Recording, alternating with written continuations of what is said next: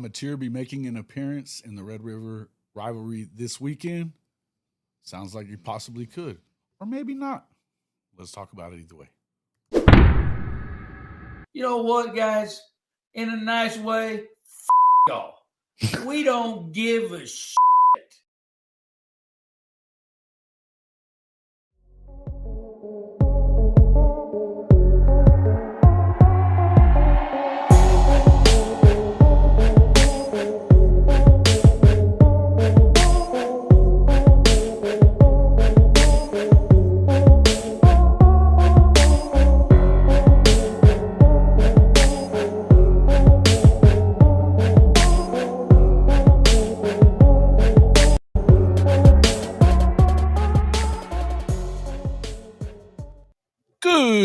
Good evening, and welcome back to Hall of Fame College Football with Jason and the coach.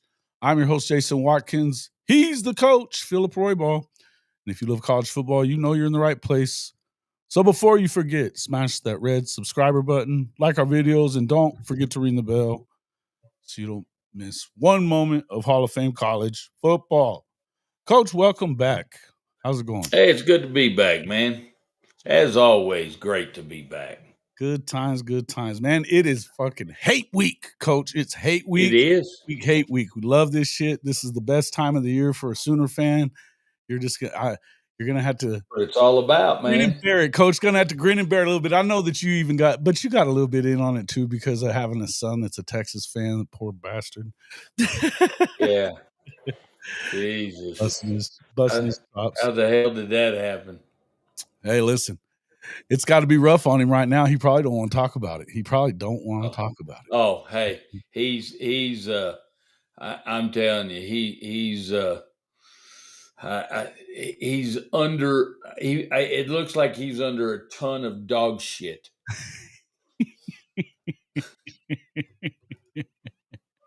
And you know I haven't poked the bear, right? Oh, I'm sure you haven't, Coach. I think you're. Let me do something. I'm frozen here. You're frozen. Let me see if I can do something. I don't know. It's not letting me try to turn your camera off. Just hit that camera button real quick and then come right back. Is everybody hearing us pretty good? There should just be like a little camera icon that you should be able to click. It's right. It's right underneath. You know where the settings wheel is, right next to it. Oh, okay. I got you. Click it off and click it back on. See what it does. If not, you may want to pop out and pop right back in. Yeah, it won't even let me click on it. Okay. I'll pop out. Right back in. Okay, cool. Okay. Welcome into the show, everybody. Let's see who we got. Cherry Bear, what's up, my guy? Sugoi English, Lone Wolf, Liberty Metcalf, Goated, Derek, what's up, D? May Tubby, David Whitehead, Stevie G, what up, Stevie G? Happy hate week indeed. Scott Walker, Jimmy Satterfield. Let's see. Smook, what up, my guy? What up? Let's see. Who else we got in here? Crow, my dude.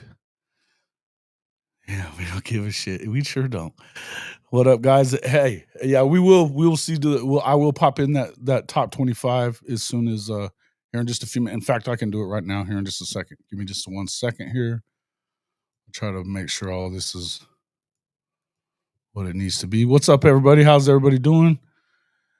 Good to see everybody in here, and happy hate week as well. Obviously, big news today being that there's a lot of buzz going around. Pete Thamel is reporting it from his sources around Oklahoma that John Mateer is going to attempt to play, I guess is the way they're putting it. I guess it's a good thing if he's healthy, and I would think that if he's going to play, that he's going to have been.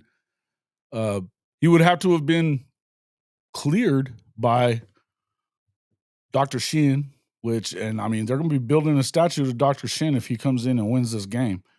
So that'll be good. I mean, we'll kind of see how it goes, but yeah, I don't know, man. Couldn't see. Okay. You're back. There he is. I'm back. Yeah. All right. So we will get these. Let me see what this is. No, that's the power rankings. Just a second. I should have. There we go. All right. So, yeah, obviously, Coach, I was just telling everybody the big story right now that's going around. Pete Thamel he reported earlier today that you would have that Mateer was going to attempt to play. I don't know exactly if I believe it or not believe it. I mean, I think that if he is cleared by Dr. Shin to be able to come in and play or whatever, that's good. I think that you want to have your starter. And I know a lot of Sooner fans are a lot more concerned about it than I am if Hawkins was Right. to start.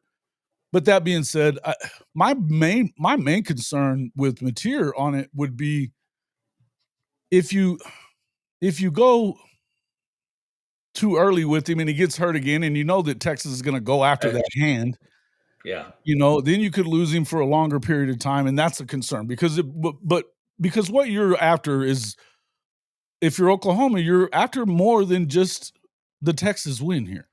I mean, the big thing is, and I mean, again, we'll get into some of the game analysis and what I feel like is going to happen in this game, and I would like to ask what you think is going to happen to some of it, but to me, I feel like it's a big risk if he's not all the way there. Now, we've seen that happen in the past. Sam Bradford came in, and when he had gotten hurt early in the season against BYU, he came in probably a little prematurely. He got rocked again, had to go back out. They end up losing that game. Now they did end up, and well, that was the year that they didn't make it into the championship when they probably should have. Right. But that was their second loss, so they weren't going to get there. But in the end, to me, it's just kind of tough. You know what I mean? It's one of those deals where you kind of look at it and you're like, well, I want to make sure that the right guy's in. I mean, I think that if he's ready to go, then you need to play him. And then again, the other part is how much of this is gamesmanship and how much of it is real and not. What as a coach, you've probably been through some situations like this, rivalry type situations. How would you be handling it? Well, number one, like you said, Jason, you got to make sure he's got doctor clearance to make sure that he's healthy and ready to go. It sure seems early to me, but again, all that stuff's come such a long ways. You can get healed up a lot quicker, and I mean, the only concern I have is his throwing hand, and that concerns me a little bit. The short time frame concerns me a little bit.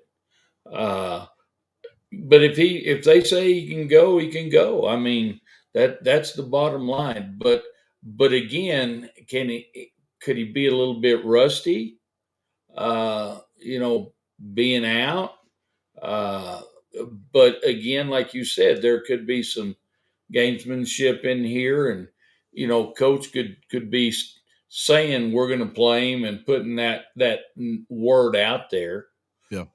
so that Texas has to prepare for two quarterbacks instead of one. Which if they're doing that, it takes away from Hawkins' time as far as getting ready for Hawkins. It's a chess game. I truly believe there's a chess game going on right now. And if he can play, power to him. I would hate to see him get re-injured that hand. But we'll definitely know on Saturday. Yeah. Yeah, no doubt. Yeah, a lot of people in here think Texas that Hawkins will be fine. I would too. I mean, here's the thing. I mean, he's played in this game already. Now they didn't play very well in the game. I think a lot of that had to do with game plan. I think a lot of it had to do with injury situations, things like that. You had 2 weeks to get ready for it, and they came up with a ridiculous running game plan that they hadn't run at all. It didn't look good at all, and it didn't work at all. So if you look at that, I mean, if you're a Sooner fan and Michael Hawkins has always been, because his dad played for Oklahoma as well, and you've played in this game and lost it. Now there's a sense of urgency there that says, hey, yeah, I want to go whip the shit out of these guys now. I believe he has the ability to do that. He had a couple of rough spots in his first game this past week. Basically it was one series where, he got happy feet a little bit and made some throws that he'd love to have back. He did obviously lead them to 5 straight series of points to start the game, which no matter what, you would think that, that's to me, it would be one of those I think it's just the only thing it is to me, and I'm going to bring Coach Ricks in here in just a second too. I'm going to send him a link, but the only thing it is to me, I think it's a risk, and I think that there's some people in here that think it's a risk. And here's the deal. Well, let me go here. Where Texas is hurting right now is their offensive line. And Oklahoma has the best defensive line, without a doubt, in the country. They have they gave up 6 sacks against Florida. They did. I mean, Florida was 1-3. Florida didn't look worth a shit coming into that game. They have some talent, obviously. There's no doubt about Florida having talent. But Florida looked. I mean, they were running through Texas like shit through a goose. Yeah. Yeah, and that's everybody was talking about how Texas's defense was elite and all that stuff, and okay, cool, but they gave up almost it was over 400 yards, almost 500 yards of total offense. Yeah. And so to me, I would say if there is, obviously he's going to have to get cleared by the doctor, right? And he's going to have to, that doctor's going to have to say it's cool for him to go ahead and go. But to me, my concern would be if you're pushing this, because obviously you want to play in this game. If you are an Oklahoma Sooner, you want to play in this damn game. There's no two ways around it. But you can make a mistake here, and if you lost him, that's the kind of thing that gets coaches fired, Coach. Well, this is not just this game we're talking about. This is the long haul. And this is a possible national championship season. Absolutely. I mean, y'all are in the hunt, and just to, I don't think a loss, and I'm not saying a loss is going to happen. I'm looking at it from the worst case scenario. But a loss to Texas wouldn't. It's not going to keep y'all out of the. Everything's still in front of you, right? And so I don't know that you chance him getting hurt, re-injuring that thing. And like I said, and I know he's been out a short time, but guys, missing a game for a quarterback, it takes a little bit to get back into the game. And I don't know. Me personally, and having been in that situation in my coaching background, I just wouldn't take that chance. I would go with Hawkins. I mean, if your backup quarterback wasn't worth a shit, you'd say, well, we might need to consider this. But I think Hawkins is going to be fine. Yeah. I mean, again, he didn't have a turnover last week, and he wasn't perfect. But if you remember the first game that they played against Illinois State, neither was Mateer. And he's actually turned the ball over pretty much in every game he played. Mateer has. Hawkins didn't have a turnover. He had some throws that he'd probably like to have back, but he made some throws that you were like, whoa. Yeah. And again, 5 straight scoring drives to start off with. You had people that were talking about the lack of yardage. You won 44-0, and they started in Kent State territory often. So there's, it was 3 times in territory, and then another 3 times that they were right around the 50-yard line anyway. So you weren't going to rack up a ton of yards. If you had a problem with anything, it would be myself. It wasn't so much Hawkins as it was the right tackle was not – he was getting beat like he stole something, which concerns me because they'd been really good at pass blocking. They hadn't done great run blocking so much so far. Right. But it was the pass blocking that didn't look great. look, I think that you could get healthy here because as much as everybody at Texas wanted everybody to think that their defense was elite, just like last year, blah blah. And and I would tell you that I don't think that last year they were that fucking elite either. Because they didn't really play anybody during the season aside from Georgia. And even again, Oklahoma had 9 straight 3-and-outs against you. So cool. But as soon as you get into the playoff, Clemson moved the ball pretty well. Then you turn around and hell, Arizona State put up 550 yards and did everything but beat you. Then you turn around and lose, and Ohio State had about 400 yards. Hey, look, it is what it is, but I didn't think they were elite last year so much. I certainly don't believe that they are now. Colin Simmons has been, aside from that 3 straight tackles he had in this Florida game, the TFLs, where they kept running it right at him, which was just like Billy. He's kind of been on a milk carton so far, Coach, and they haven't played anybody. Right. No, I agree. From the Ohio State game, I got to say, I'm not impressed. No.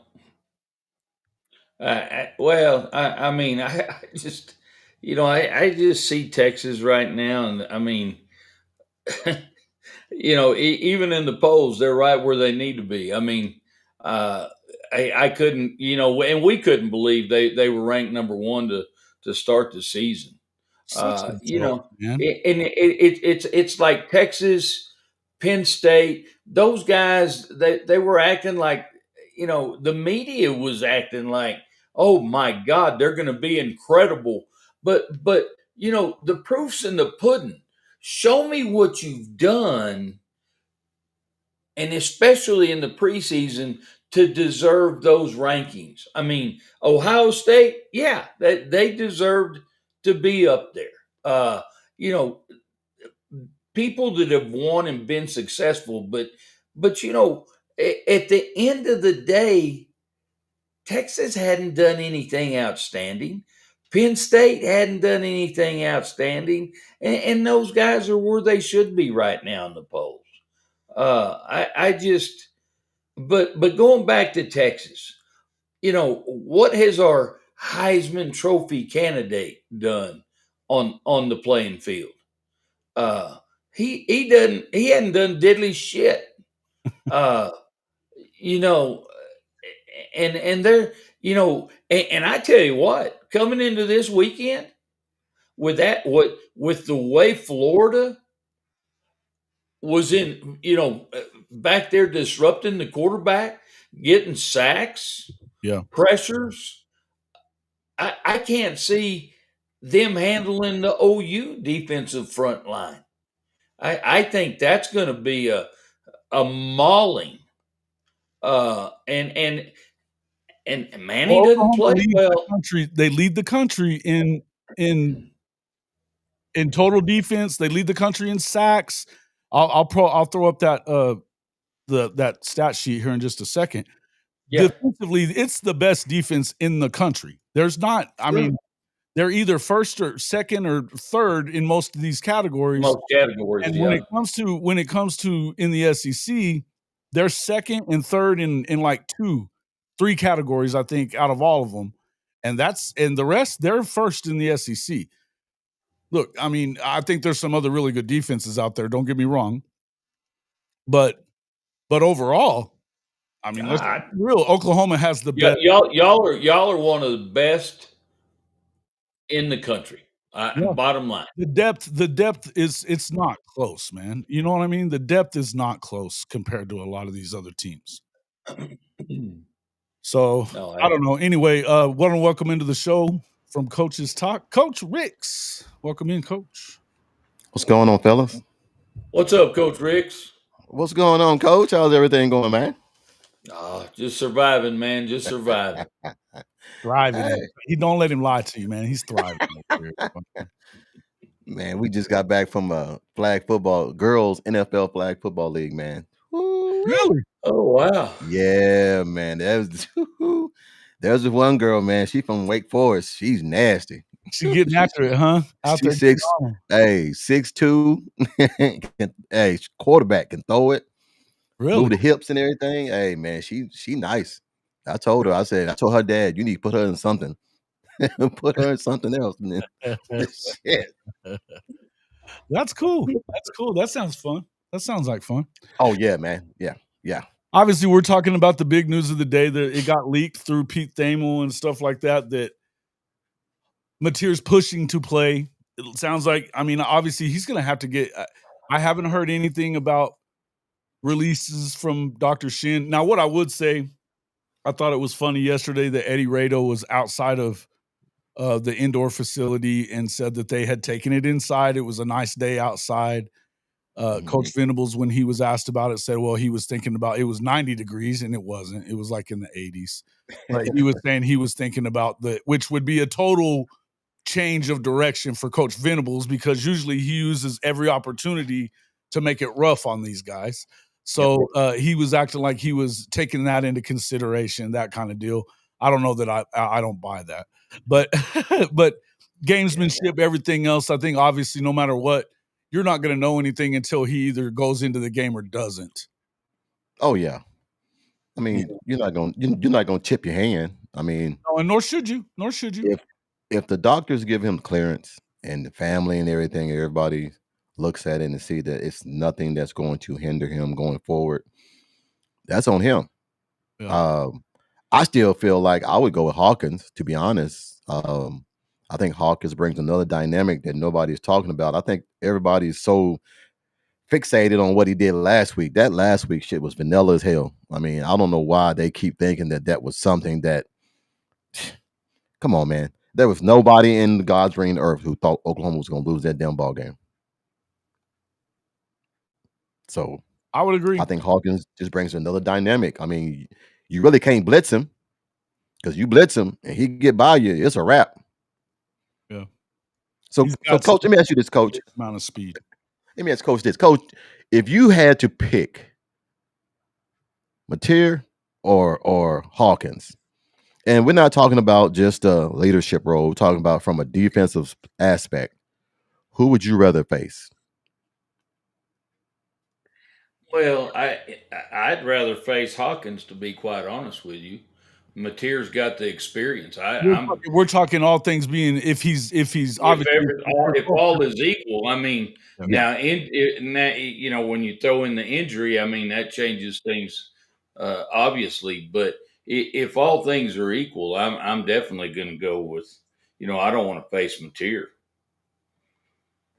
Now, here's one more thing we got to think about too. If he does play, now you know me. If I'm a coach and I know there's a guy over there, man, that could beat me, and he's injured, I'm gonna be hitting at that damn hand, that thumb, every single chance I get to try to, aggravate it.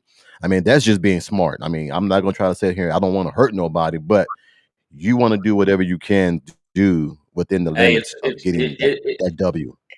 it's part of the game, man. I mean, Yeah, you're going to attack weaknesses, whether it's injury weaknesses, whether it's O line weaknesses.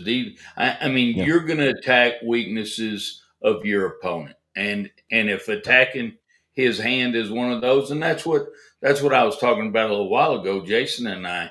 You know, is this game that critical? And again, Exactly. I'm not saying that Hawkins can't win the game. But what I'm saying is it that critical that you're going to take a chance in getting your quarterback hurt for the long haul this season when you have the opportunity to be playing for a natty?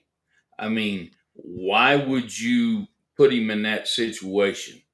Uh, True. but again, you know, like you said earlier, if you got doctor's clearance, everybody's good with it. Uh, you know, Mateer's good with it, and hell, you know, Mateer's good with it. I mean, Oh yeah. you know, hell, you're a competitor, you're gonna be good with it.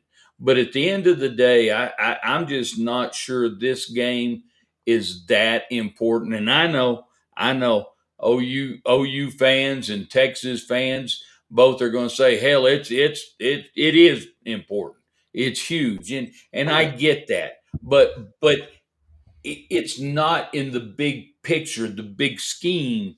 It's not as important as people are going to make it out to be. Let me say this, and I'll come at this for just as obviously as a fan, but I want to say this as kind of devil's advocate on that side of it. What we've seen though in the past is if you lose games like this, it can affect the rest of your season because in a rivalry situation, nobody wants to lose to your rival, and it's tough. It makes it tough, but true.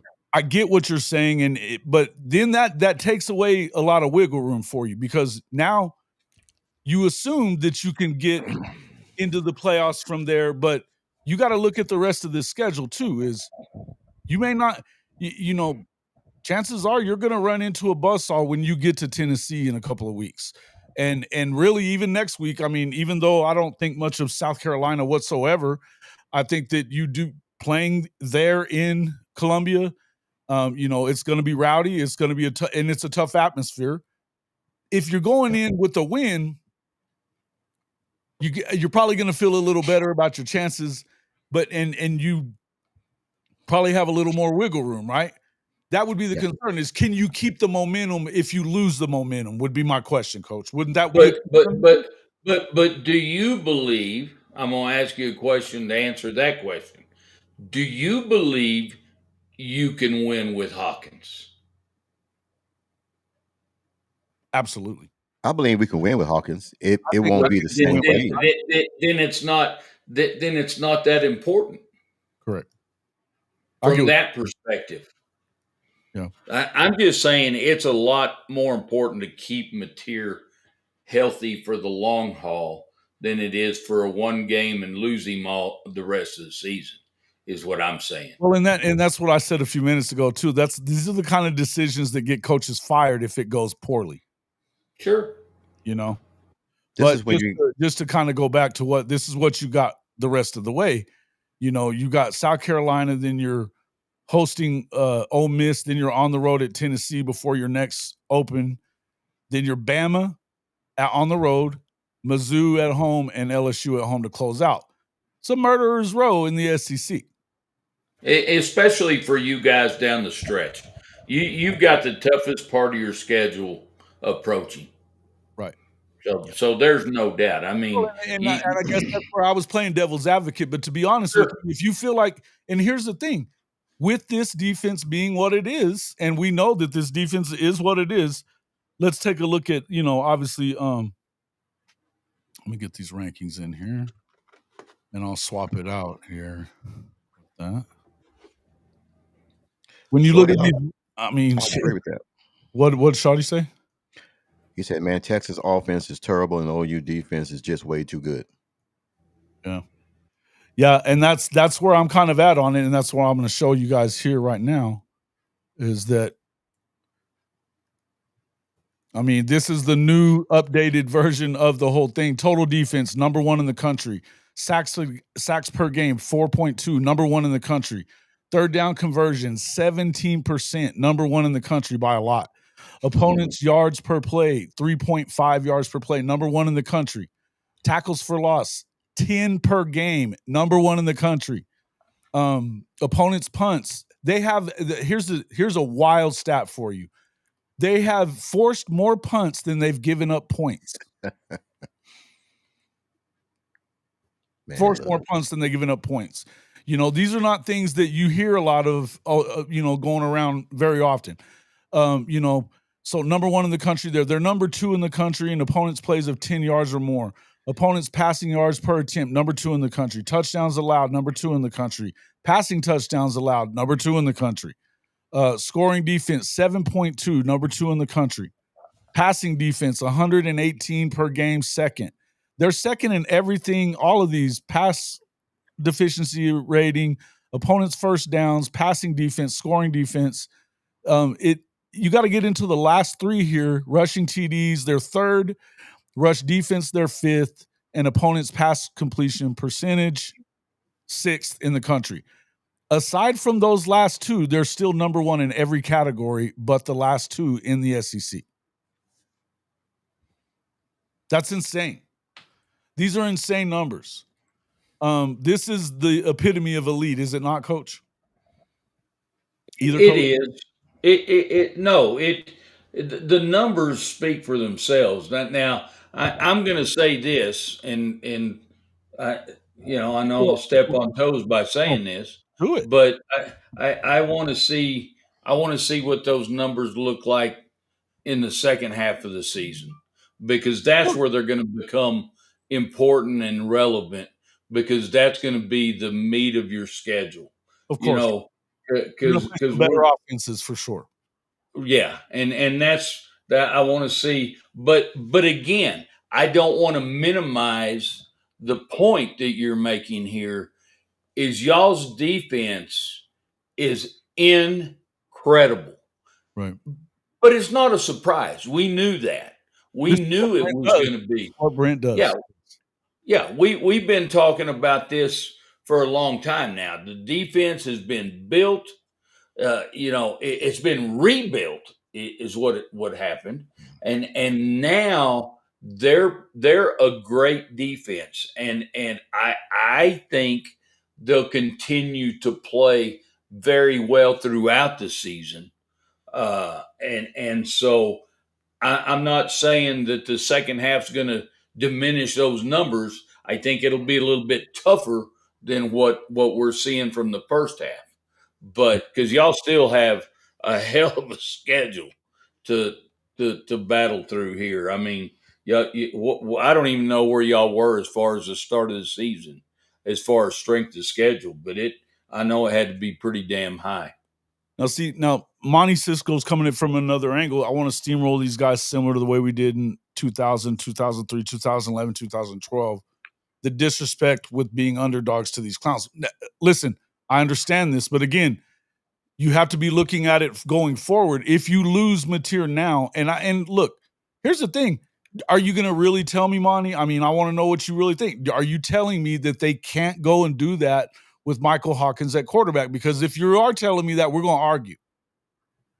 Because where Texas is not good, which they have probably the worst offensive line in the SEC. And we're coming in waves here. Waves. Yeah.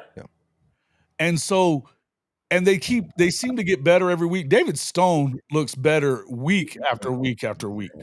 That dude's a Good nightmare. grief, right? He a nightmare. He Well, a nightmare. Nightmare.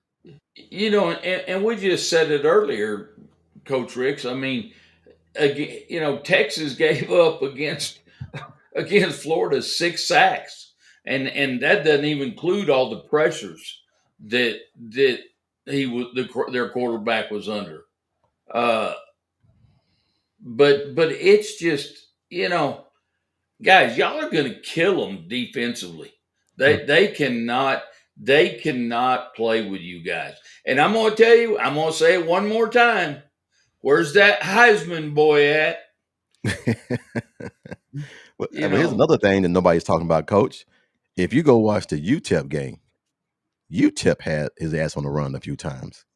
So UTEP was kicking their ass. It ain't just the bad teams or the good teams. It's everybody. We all keep talking about the eye test. I don't think some of these people in the media are watching damn ball games. They're watching stats and looking at numbers behind the computer. They're not watching these damn ball games because there's no way on God's green earth you can look at Texas and look at Oklahoma and compare and say that Texas is a better team. Now, I know you got to try to keep the narrative. Damn season, and they held. I mean, hell, Joe Klatt was still saying it last week. Oh, if Mateer's out, Oklahoma. He still had Texas winning the SEC last week. Look, man, unbelievable, guys. Yeah, and I'm gonna tell you guys, and I said it a second ago. The media bullshit just, and you know this, guys. I hate damn preseason polls. You can wipe your ass with preseason poll hype, and I know why it happens. I mean, it adds to everything, and but how can we say that? Well, Texas is number one. Well, hell, where are they now? Penn State number 3. Were they or number 2? I think they were 1 and 2. Where are both of them son of a bitches now? Hell, Notre Dame's lost 2 games, and they're sitting behind us. Shit, guys. The media creates all this shit and hype for the Texas, the Penn State. But you know what? The proof's in the damn pudding. And they haven't done shit. Neither one of them. And I guarantee you, OU is going to kick their ass. And you can talk about rivalries. We know what rivalries are all about. But I'm going to tell you what, Texas has some big time problems. And by the way, where are all my Texas shit talking fans today? Y'all are fucking silent as crickets. Where the hell are you? Talk shit now. Coach, they gotta how quiet it is in here, but from the Texas fans. Yeah, I'd be quiet too if I got my ass beat by Florida. Yeah, and listen, I mean, here's the thing. As we said, I was saying this earlier, Florida's had a rough start to the season, but they've got talent, right? And obviously Dallas Wilson is legit. But the everything that everybody was saying, as much as as bad as Arch looked against UTEP, he didn't look a ton better against San Jose State. Okay, he looked good against Sam Houston. Big fucking deal, right? But they were saying, well, we have an elite defense. We have an elite defense. Do you? Because they marched down the field for 8 fucking minutes to start that game and punched it in. They punched them in the mouth is what they did to start that damn game. And it really, Billy kind of let them back in it at the end. But to be honest with you, shit, man, it wasn't pretty. And if you are one of the best teams in the country, and we've seen Texas do this for the last 2 years, that when they play somebody that's got similar talent than them, they lose. They really didn't play anybody with similar talent aside from Oklahoma that had a lot of that talent hurt last year. And then they played Georgia twice and got beat both times by them. They should have lost the Arizona State game. Without a doubt, they should have lost the Arizona State game. Absolutely, they should have lost. And they didn't. Good for them, whatever. They got away with I don't know what targeting even is anymore. But the point is that they got away with one there. And then, look, you get into the game and you were right up there with Ohio State. You had a chance to go tie it. You're on the 2 fucking yard line and you gag it away and they get a 98-yard touchdown going the other way. Yep. So this is look, the kind of the next question that I was coming in on, how is it that this Pancake Factory, what the fuck? I thought that was their big thing when Sark got there. He was talking about how they were not ready for the SEC on the O-line and they went and built. Where the hell are these offensive linemen now? Where are they? They must have headed to the damn portal because I don't see them. Yeah, and this just goes to show too, though. Look, Sark's lost 2 in a row to Kalen DeBoer when he was at Washington. Still, he hasn't beaten. He beat Saban that last year that Saban coached, but that was early in the year. They weren't sure who they were going to use as a quarterback at that point. I don't think they beat him at the end of the year. Clearly, they didn't beat Washington. Yeah. And they had opportunities there too and gagged that shit away. Is Sark going to be in trouble if they end up going 7-5 here? Because it sounds to me, I've seen a lot of stuff on Twitter where they're already on. God, please no, keep Sark at Texas. Listen, I'm with you there. That was my next thing to say is I hope they fucking keep him forever, for fuck's sake. But exactly. Jason, you asking the wrong question. You asking the wrong damn question. Who they gonna beat? Who they gonna beat? Because Mississippi State that's not an easy W. No, they look damn good. The dysfunction that Texas has, that's internal. Yeah, that's internal. And the more games they lose, the worse the shit gets. Because now the players gonna start buying into it. We've seen this shit before, Coach. This is not new for Texas football, no matter who the coach is. Look, man, that 10-year span when they didn't do shit, and then 2 years you do something, and then all Texas is back. now you start to decline in the same damn direction you did back then. Mm-hmm. Hey, Is them that some bitches have been back so many times. I keep hearing that. Not. I had a guy today that is a Clemson fan. We was out there watching. He had his Clemson hat on. I had my OU hat on. And the one thing he told me, man, that shocked the shit out of me, because most fans in Clemson, man, they are delusional too right now because they don't think that Dabo's shit. They are upset that Oklahoma is doing that well at defense. Yeah. Because the same shit that Oklahoma is doing, Clemson did. Yeah. For all those years, they won no championships. So they know. He did it. I mean, he was getting those same guys. These guys that are at OU now used to be going to Clemson. Listen, guys, I'm going to keep saying it, and I'm going to keep saying it. Wes Goodwin is always on the East Coast. He's always on the East Coast. It sounds like he's getting another commitment from a linebacker down in Miami area, from what I understand. I'm telling you, he is adamant about making sure that Clemson does not get a player over Oklahoma. So, but back to the game. It's just regular X's and O's. I don't think that nobody on Texas is going to have a clue what to do with that. You ain't even got a blitz. Yeah. That front four gets pressure without even blitzing. Light That's the problem. Yeah. That's the problem. If you got 4 guys that's blitzing you and making you run around, and then you got 7 guys in the backfield, where are you going to throw the ball to if you're not zoned in on who you throwing the ball to? Mm-hmm. I'm with you. And Lord forbid he don't make it past the first half, then they're damn sure in trouble.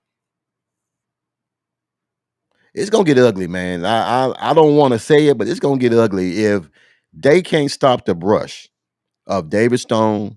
And just think about it. They didn't play Dominique Williams and Jared. No, not Jared. Jaden. They didn't play them last game. They rested them. It was Dominic Williams and Jaden Jackson. Yeah. Yeah. They rested him just for this game. Yeah. Well, and as you look at the schedule, the Texas schedule, they're on the road at Kentucky. I mean, listen, not for nothing. Kentucky's not worth a shit, but you got to go on the road. And I mean, they can run the ball. And that's what one thing that Texas can't stop. They didn't stop it last week. And so then they're on the road at Mississippi State. And Mississippi State, you know, look, if they weren't turning the ball over so much, they'd be better. But they've been pretty good so far. You know what I mean? And Lebby, we know Lebby can dial it up. Then they got Vandy at home. But look, they're not beating Vandy. I don't think they're beating Vandy either. They damn near lost to them last year. And I think it's going to depend a lot. I was saying this to Coach Smook earlier on his show this morning, that the thing about Vandy is you kind of wonder what's going to happen with them now that they've lost that big game, because it felt like they were in a position to win it early and then they didn't, right? And so you wonder, do they revert back to their old ways of, you know, not believing or whatever? Now, with Diego Pavia, you tend to doubt that, right? Yeah. But in the end, right now, if Texas is playing like they played last week, I don't know who they beat out of the next 3 other than maybe Kentucky. They're not going to go on the road to Georgia and win. That ain't fucking happening. And then you figure with Arkansas coming. I mean, look, I don't know what's going to happen with Arkansas, but Bobby Petrino is trying to get a fucking job. Yeah. You know what I mean? I could see that happening. And then A&M, right now, A&M looks like the best team in Texas, unless it's Texas Tech. So, I mean, you're certainly not going to get more than 3 or maybe 3 wins here. Maybe 4. I don't know.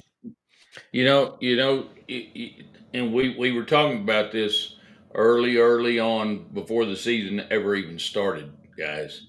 And I think we all agreed on this, that they would lose. Excuse me. They would lose at least 4 ball games this season. And I mean, that was before the season even started that we made that statement here on Hall of Fame college football, that they would lose at least 4 games. Yep. And they are on track. to bypass that. Has Yeah.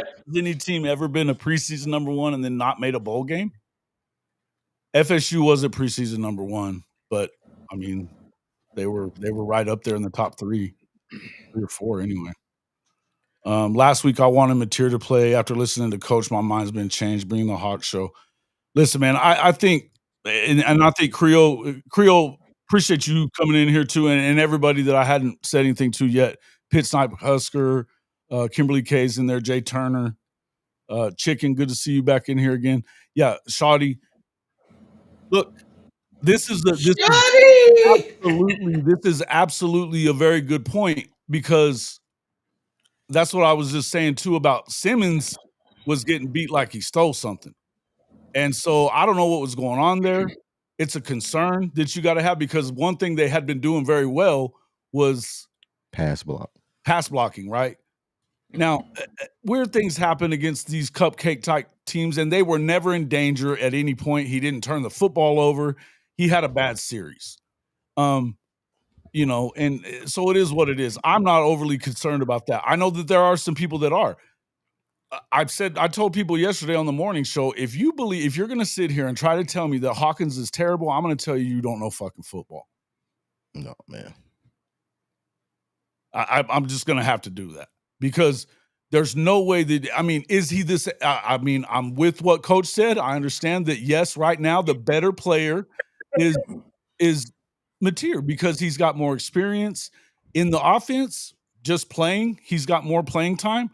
He had a hell of a season last year. I mean, this is a guy that, you know, he goes out there, and I believe in, like I've told everybody before, I think that Mateer is what you needed for this team as a whole, to inject some confidence in them for them to make this kind of run, because you haven't seen that in a while. Even when Dylan was there was some, you know, some shaky moments, right? Yeah, dude, they're all eating, bro. They're all eating. The rest of the schedule is food, Segoy. So in the end, what you really have to do is you have to know that what's important is that you go out there and let that defense lead you. We looked at each drive the other day. Almost every drive except for even the one where he had the bad 3 throws in a row, that was a 9-play drive. Right? They ended up punting, but that was a 9-play drive. Aside from the last one where they kneeled on it to end the game, they had the 1 3 and out when you had Witt in there. But aside from that, even the ones that they didn't score on, which was only a couple of drives, they were taking off 2.5, 4 minutes off the clock. They had one where they took off 6 minutes off the clock. Yeah. I mean, and your kicking game is really good. I don't think that you need to risk anything. If there's any doubt in your mind, if you're Coach Venables, don't put him in. Don't put him in. And I'm going to tell you, Coach Venables won't. If he thinks, because I'm telling you, you know, coaches are going to make good decisions. I mean, good coaches make good decisions, and he makes good decisions.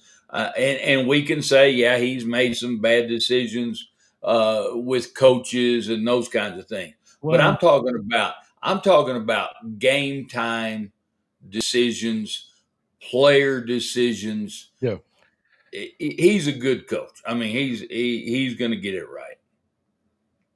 Yeah, I agree with that. Listen, you know, bottom line, guys, you know, we have a reoccurring theme here. Texas, you fucking suck. That's it. Hey, here's what I was gonna get to this part in a second, anyways. But one thing you got to think, and again, I think that the matchup for them is hell, because their offensive line is not good.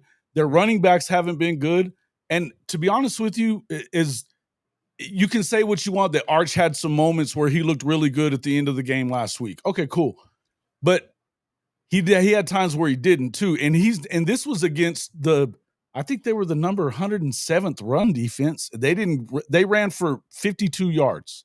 52 yards. And as you hear from our boy Steven from Fanatic Perspective here, they could not move people on the goal line versus UTEP. They could not move people on the goal line versus UTEP. Oh, wait. Yeah. I know what it is. Did you hear it? Yeah.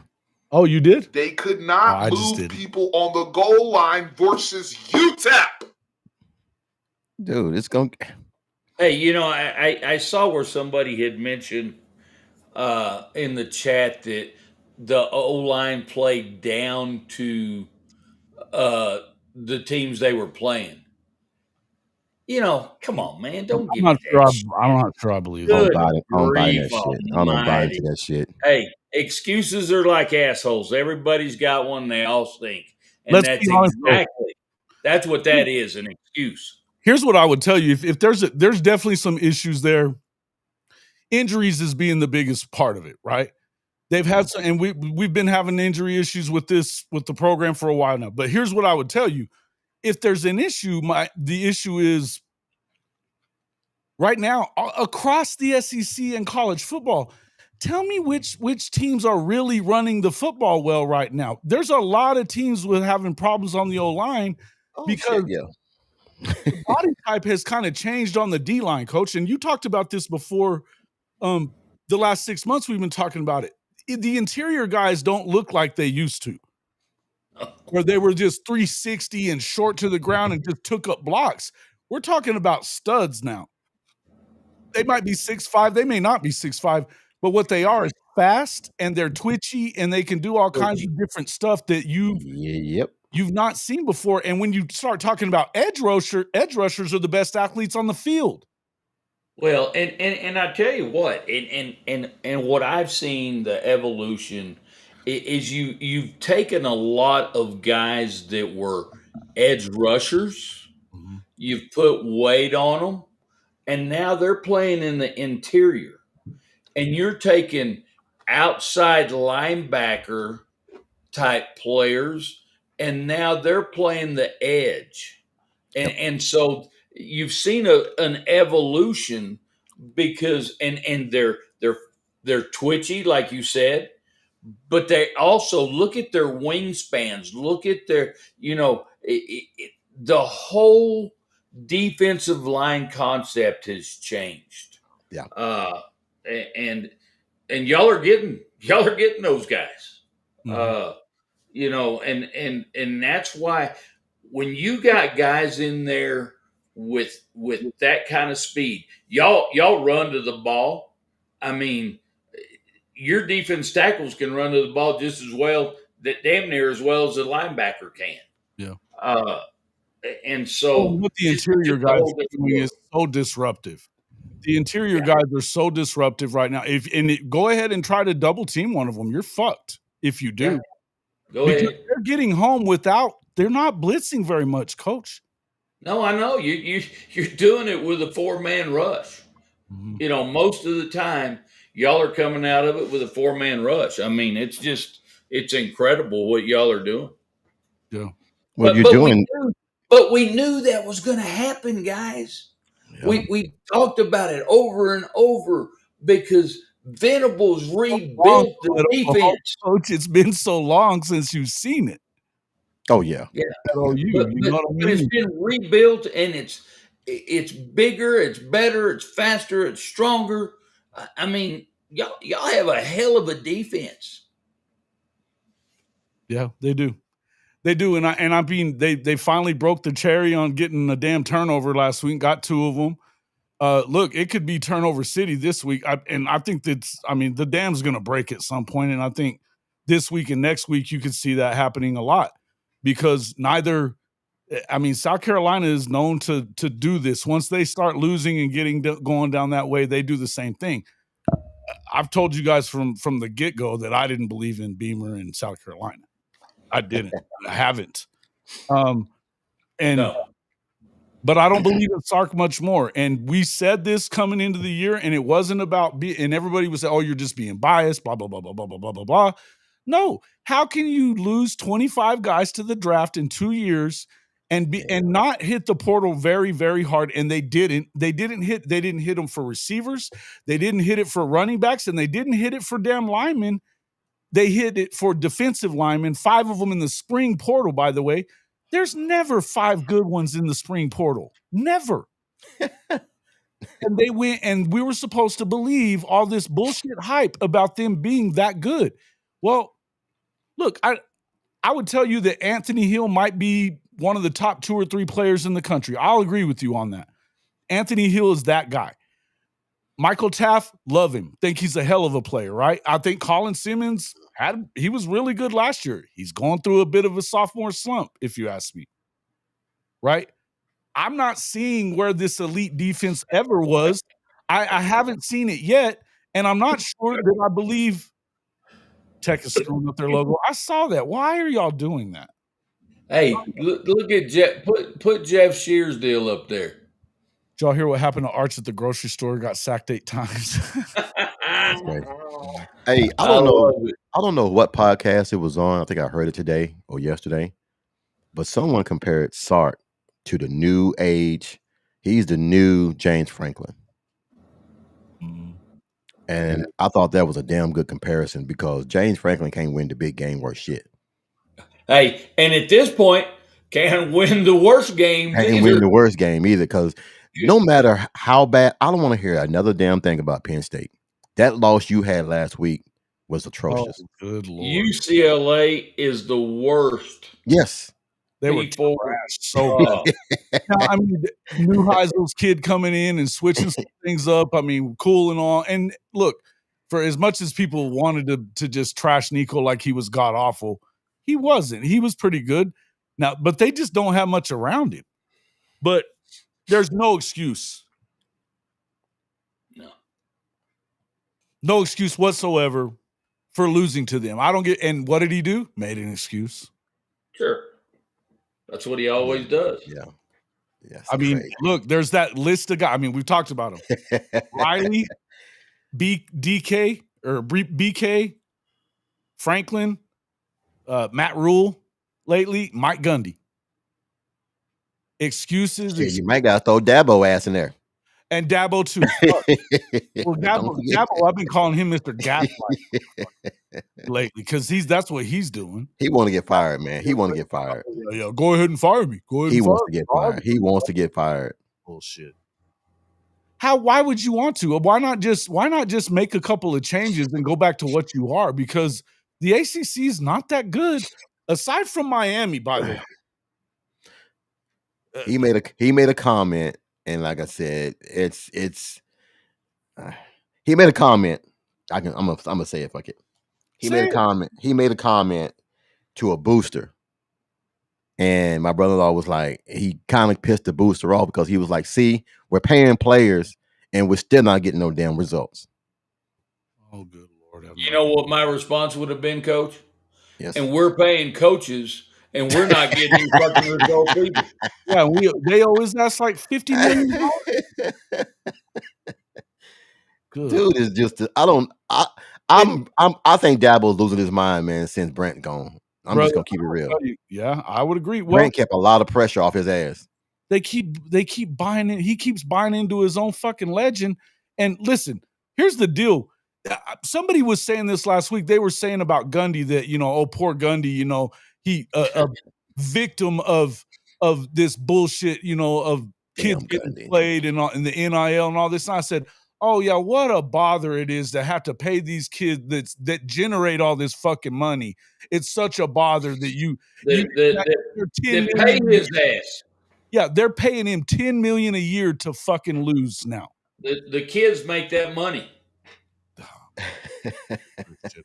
No, I said BK. And Lincoln Riley, yes, the other one. Of course, Lincoln is the biggest one. But look, I mean, it's no doubt. But I will say this: as far as the ACC is concerned, brother.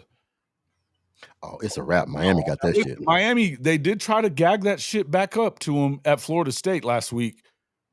I mean, you saw some signs of Mario Cristobal doing some Cristobaling. You know what I mean? If you can Tebow, you can Cristobal. So But Miami looks like they might be the most complete team right now with the best offense and the best. Their defense is legit, Coach. We watched them. They beat your boys. That's what I'm saying. We played fucking horrible. Wow. And get beat by 3. I mean, Oh, no. guys, And I'm we not one of the people that is bad on Notre Dame. I think that you lost a game. No, we played putrid. But I now let me tell you this. They've I gotten hope better they keep week one, too, I hope that Miami keeps winning. I hope A&M keeps winning. But do I personally believe that both of those teams are top 5 teams? Nope, I don't. Sark's record against top 25 teams. Won any 2-8 against top 15 teams? Yeah. Yep. That sounds about right. 7 wins Sark. It may be 4 wins Sark Dude, this year. if they go 7-5 and Oklahoma finishes 9-3 or 10-2 or whatever, and goes to the CFP, yeah, he's going. Oh shit, that's gonna mess him up. You can't finish 9-3. Yeah, you're gonna have to be at least 10-2. I'm telling you. Yeah, no doubt. Well, I'm looking at it, and only game that's bothered me and scared me is Alabama. They're looking real good right now. Alabama, but Alabama's looking really good right now. But the defense is going to keep you in every game, though. The defense is going to keep you in every game. Yes, every game. Well, that's the whole thing. Somebody said it in the chat a few minutes ago. Which team of any of these teams that you're looking at in front of you? Forget the SEC part. But even of the SEC teams that you got left, you're not playing A&M unless you get them in the championship game. You're not playing Georgia unless you get them in the championship game. You've got Mizzou. Now, their offense has been pretty good, but they have yet to play anybody with a pulse. And I'm sorry for you, Jeff and Rob. Look, we talked about it this morning. I haven't seen them play anybody that I'm impressed with. So until I do, I'm not gonna sit here and tell you that I believe a whole lot in Mizzou, because I don't. Now, do I think that Ahmad Hardy's good? Fuck yes, I do. He's a stud, right? But I mean, Ole Miss, their offense. I mean, look, I think that this Chambliss kid is killing it. I don't think that their defense is gonna hold up down the stretch of this thing. Now, they don't have a very tough schedule down the stretch. I think that they play Georgia and Oklahoma pretty much for the rest of the way. Let me pull that up in a minute. But, who's going to go even out of Ole Miss? If you throw Ole Miss in there and LSU and Alabama, do you think 2 of those teams are able to score 30 on this defense? Because I don't. No. And I think you're going to have to score 30 points on Oklahoma to beat them.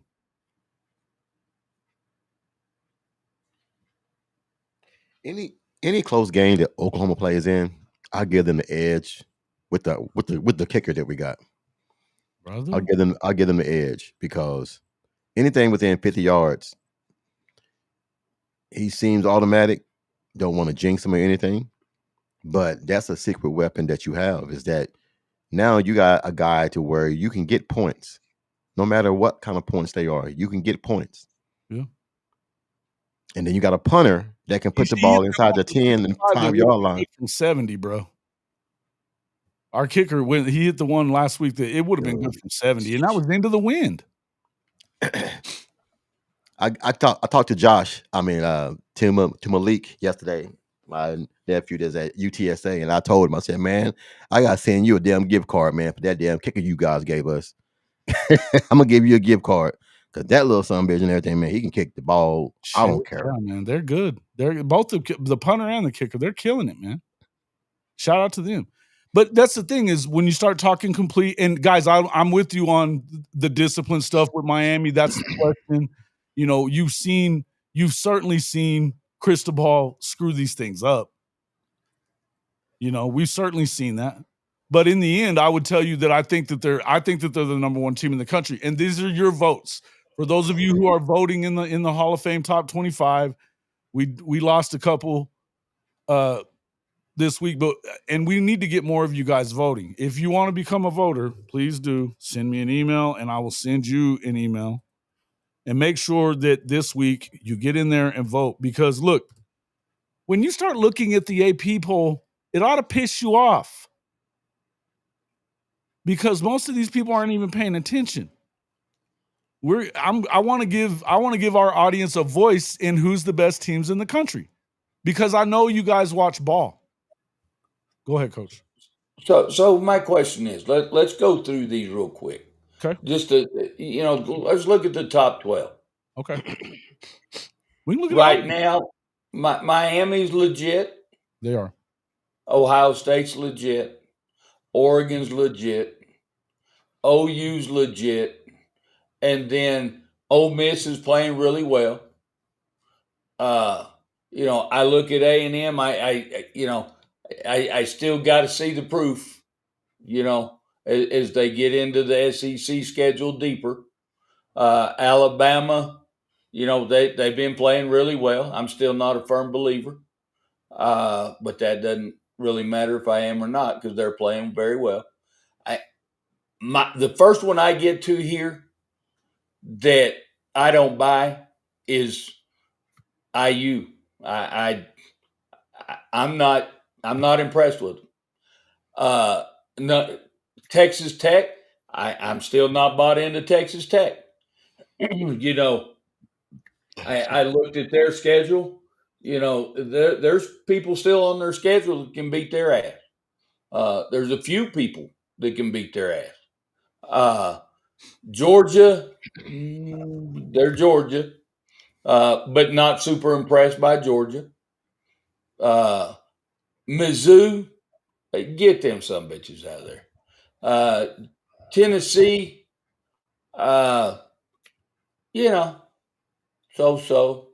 I mean, and that's my thoughts on the top 12. There's people in there that I think are out of this top 25 poll that I think there's 3 or 4 teams that are going to fall out.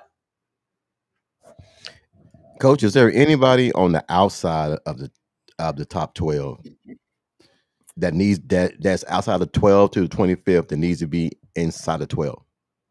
Is there anybody that you think? Hold on real quick. Let me address this real quick. Slick 420. Look, I know it's too early for you fucking Tennessee fans to come in here starting your shit. Okay. And I know where you are. And I'm gonna tell you, I just put it in there before I saw the rest of the shit that you said. I think that Tennessee is good. I like your offense, but you cannot tell me that you have more weapons this year and you have a better defense this year than you had a year ago. And you got lucky to beat Oklahoma last year. And the defense that you're about to deal with is not like the defense. And that defense kicked your ass last year too. They had Nico and Dylan bottled up. Best running back in the country got off. He got one good long run. Come on. I'm not telling you that I think that that's a walk in the park because it isn't. That's one of the ones I've been saying. I expect that that's going to be a tough game. But I also just watched you not beat a Georgia team that hasn't played good defense all season, and you let them go put up a bunch of points with a brand new quarterback. Stop acting like you guys have done anything special. You beat fucking Mississippi State. Fuck out of here, man. And wait, in your schedule, don't you have to play Alabama the week before us? Come on, bro. Let's be real here. Charles. I think that Vandy should be number 8. You think that Vandy should be number 8? I do not. I like listen, I'm a Diego Pavia fan. I'm a fan of Pavia. But I don't know that I trust in any of them because look, they went in there expecting to go get a win and they had every opportunity to take that game by the throat and they didn't. And the more you let Alabama continue to believe that they may be the same Alabama as before, the worse it's going to get for everybody else. Somebody needs to go and beat their ass. Because Ty Simpson gets better every week, Coach Ricks. I know. He gets better every week. And they've got a loaded receiving room too. Jeremy Bernard is a stud. Nobody seems to talk about him very much. Jeremy Bernard's a bad dude. Ryan Williams may carry around a blankie, but Jeremy Bernard can play. Alabama has one kryptonite, and I don't know how and why that is. And it's always fucking Auburn. I don't know why. Yeah. Auburn gives them trouble every single time this year. But Auburn sucks, dude. Come on. Hey, that's I've seen shit happen before. Oklahoma with Auburn. Come on, man. Let's be real about this. Who's that? The ball slick. Come on, dog. Really? Really? Man, you ain't watching no football. You're not watching. So, you know what, bro? You haven't played nobody either. You're talking about dude, this is Vols fans for you. These guys are the biggest loudmouths of anybody. They really are. And it's wild to me because you haven't done shit since way before Oklahoma did anything. I mean, at least Oklahoma's been in the playoffs and having chances to win a lot. They've been winning their conferences.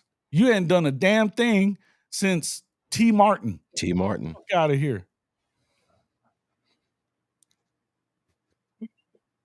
Number one offense in the nation. Get the fuck out of here, bro. So back to my original question. You ain't played the number one defense in the nation, though. and Coach Ricks, you alluded to it. You thought Vandy ought to be at 8.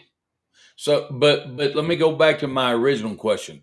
Out of the top 12 right here, how many of those top 12 teams do you think will remain in the top 12? Thanks for the super chat there, Crow. I would love say this motherfucking panel. You're my man, Charles. I would say half. Half? I'll say 6. Okay. So what do you say, Jason? Ask the question again. I was looking through what Charles was saying. Out of the top 12 teams that we see up here right now, how many will remain in the top 12 at season's end? The top 4, I believe, will. Ole Miss, I don't know that I trust Ole Miss. I like their quarterback a lot, but their defense is missing a lot. I don't know. I mean, they possibly in the top 12. I think that they might make a playoff run, and I think that Lane does a good job, but I'm not positive. Tech is starting to impress me a little bit, but I don't buy them yet. Indiana, no. Alabama, yes. A&M, I got to see it first. I would say Tennessee might, but they're starting to irritate me here already. I don't know. I think that so give me a number. How many do you think will be there at season's end? 4, 5, maybe 6. 6 out of 12. Yeah. Okay, both of you gave me the same number. Maybe 7. Okay. So if that's the case, look down through there, or it may not even be on here. Give me another 5 that you think will replace them. Oh, that's easy. Okay. That's easy. That's pretty easy. I think Vandy would be one. Notre Dame, Georgia Tech. I think Georgia Tech's better than a lot of those teams in there. Ooh. LSU maybe, but I don't know that I trust LSU right now. I think they're headed in the wrong direction. I would say Iowa State, but I don't know. I honestly maybe Tech, because Tech may stay, because I just don't know that anybody in the Big 12 is that good. We're seeing all of them kind of. Oh my God! Are you saying what I've been saying for months and months and months and months? They suck. Well, and Tech's rolling over them. They're doing what they're supposed to do against these teams that they're better than. You know what I mean? And now I don't know that I trust them to continue doing that, Coach, because we kind of know. But talent does matter. and they went and bought up a bunch of it. Oh, they did. They did. So I I agree. think that somebody in the Big 12 has to go and be Well, in the top 12. So I would tell you that it's got to, right now it's Tech, and I hate to say that because I think they suck, but they don't suck. you got to put Memphis in there. The other one would be BYU. I think that might be the one team that could beat them because their defense is legit too. Yep. But I don't know that they can put enough offense up. I don't know. We'll see. I think it's between them two. I'm kind of off of the rest of them. I don't believe in Cincinnati. I know that they beat Iowa State last week. I don't know. Yeah, Memphis, I think out of the rest of them, I think UNLV should be in here. I voted for UNLV in the top 25 because I think Dan Mullen's one of the best coaches in the country, and they're undefeated. I think they're the best G5 team right now. But Memphis is probably right there with it. Yeah. That's just my feeling. And Navy, whatever. No. You know what I mean? Like, it is what it is. But, and shout out to Navy for beating Air Force last week, motherfuckers. But whatever. It is what it is. Okay. What do you? Where are you at? How many? No. I'm pretty much like you guys. I think 6 to 7 stay. Again, I don't think Mizzou stays. I don't think Indiana stays. I'm not sure about Ole Miss. A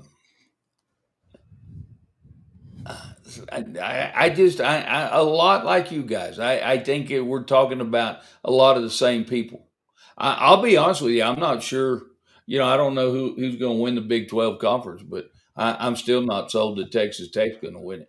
I'm not sold that they are either, but they look like they should. I mean, they went to Houston and bitch slapped them. Yep. And I think Willie's a good coach. I think Willie Fritz is one of the better coaches in the country.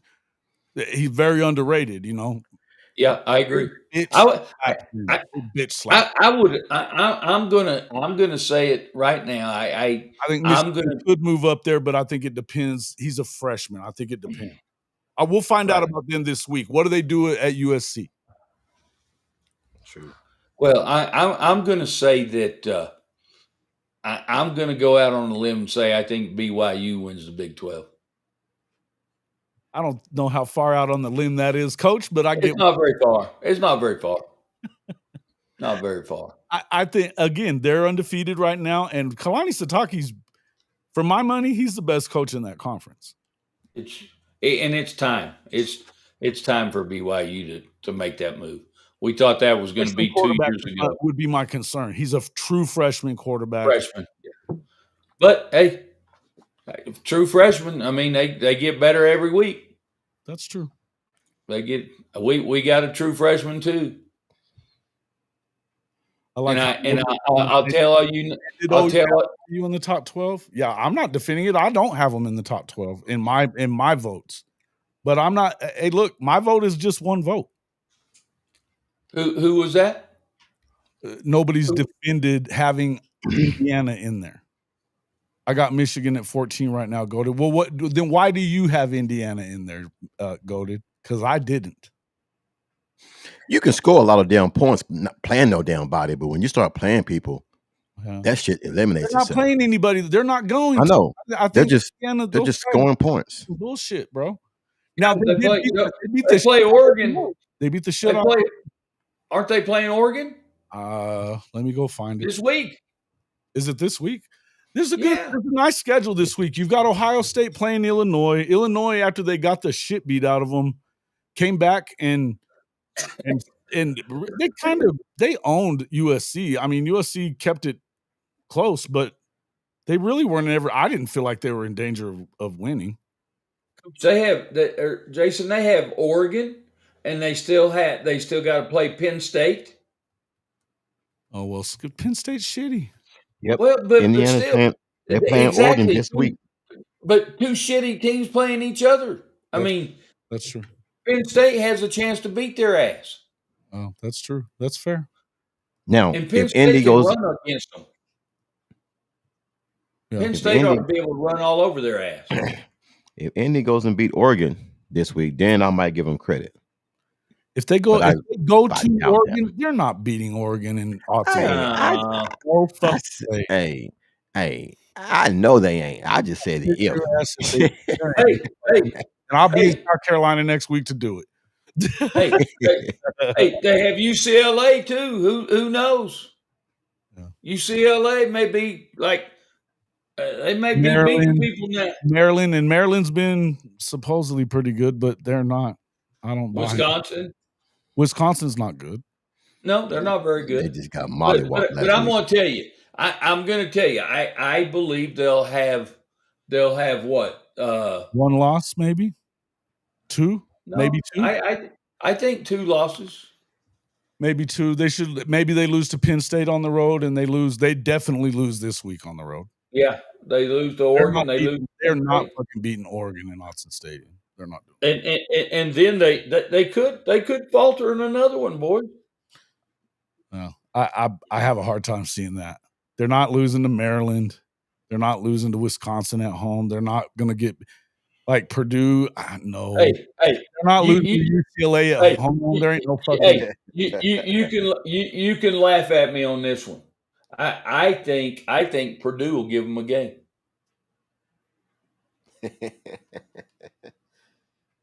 I do. Hey. Hey, I just saw a duck fly. Hey, you know what? Hey, Monty, why you calling me out in on Twitter about saying that Aggie and Texas Tech are the cream of the crop in Texas? Did I say those exact words? They might be the best teams in Texas. It's definitely not Texas. That's hilarious. Monty loves it though. Get that shit rolling around. Let's get some. Oh, that's hilarious. Indiana home. Indiana home. Charles. J-Jack, but it's Illinois, bro. I don't buy their asses either. I just don't buy it. Now, Marcus Dent, I was on the phone with Marcus Dent this afternoon. He does buy Illinois and he does buy Indiana. We're not in agreement. We're not in agreement. Vandy, I buy. I guess Arizona State. Listen, I think Arizona State, again, you're only gonna get maybe 2 out of the Big 12, but it feels like 1. And it's not gonna be, I mean, it's either gonna be, to me, it's Tech or BYU at this point. Unless I see something significantly different out of Iowa State and Arizona State moving forward. And I mean, I don't know what the fuck happened to K-State, but they don't look good. They fell apart. And Cincinnati beat Iowa State last week, and look, they were at home. No, they didn't. It was a close game at the end, but they were at home, and Chicken and I went to a game there at Cincy. Awesome environment, by the way. Tough place to play. But I think if you're as good as what we expected Iowa State to be, you can't go lose that game. And us expect for you to be good. That's just my opinion, but Well, and I'll tell you guys this, and I'm a fan, so you take it with a grain of salt. I can guarantee you, I look at the 18 teams in front of Notre Dame. I see several that we're better than. yeah. But no doubt. But we created a lot of shit. People are talking a lot of shit about Notre Dame, but tell me which one of those teams, because they're both in the top 6, and there's argument for them to both be higher, or not. Miami's in our number 1, but Texas A&M, they've had as good or better wins than pretty much anybody else in the country. Yep. And we lost to Miami by a field goal. And you lost by 1 point to A&M. It's a total of 4 points for those 2 losses. So I'm not one of the people that's shitting on Notre Dame. Yeah. Well, and I'll tell you this, even as a fan, I'm talking personally right now, because even as a fan, and I think they're right where they should be right now. I truly do. I think the AP poll has them 16, but they earned it. I mean, 2 losses. I mean, I don't care how you slice it or dice it. 2 losses are 2 losses. And honestly, if we do get in, we're going to be on the fringe. We're going to be 11 or 12.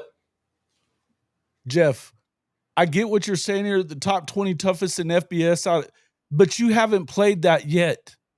What you've played so far and put on paper so far has not been against the toughest of your schedule. It's coming up. Missouri. Come on, bro. I understand that you guys love Drink and he runs the football, blah, blah, blah, blah, blah. I like Ahmad Hardy as much as the next guy. Yeah. Maybe Perbula's pretty good. But we don't know that he's that good because we haven't seen you guys play anybody worth the shit yet. Go beat Alabama this week. We'll talk then. Exactly. That's what you're going to have to do that. You're just going to have to do that. Florida's brutal. If OU had 2 losses, we're unranked. Notre Dame, sorry. No. Well, if Oklahoma didn't play Miami and Texas A&M though, Isaiah. They didn't.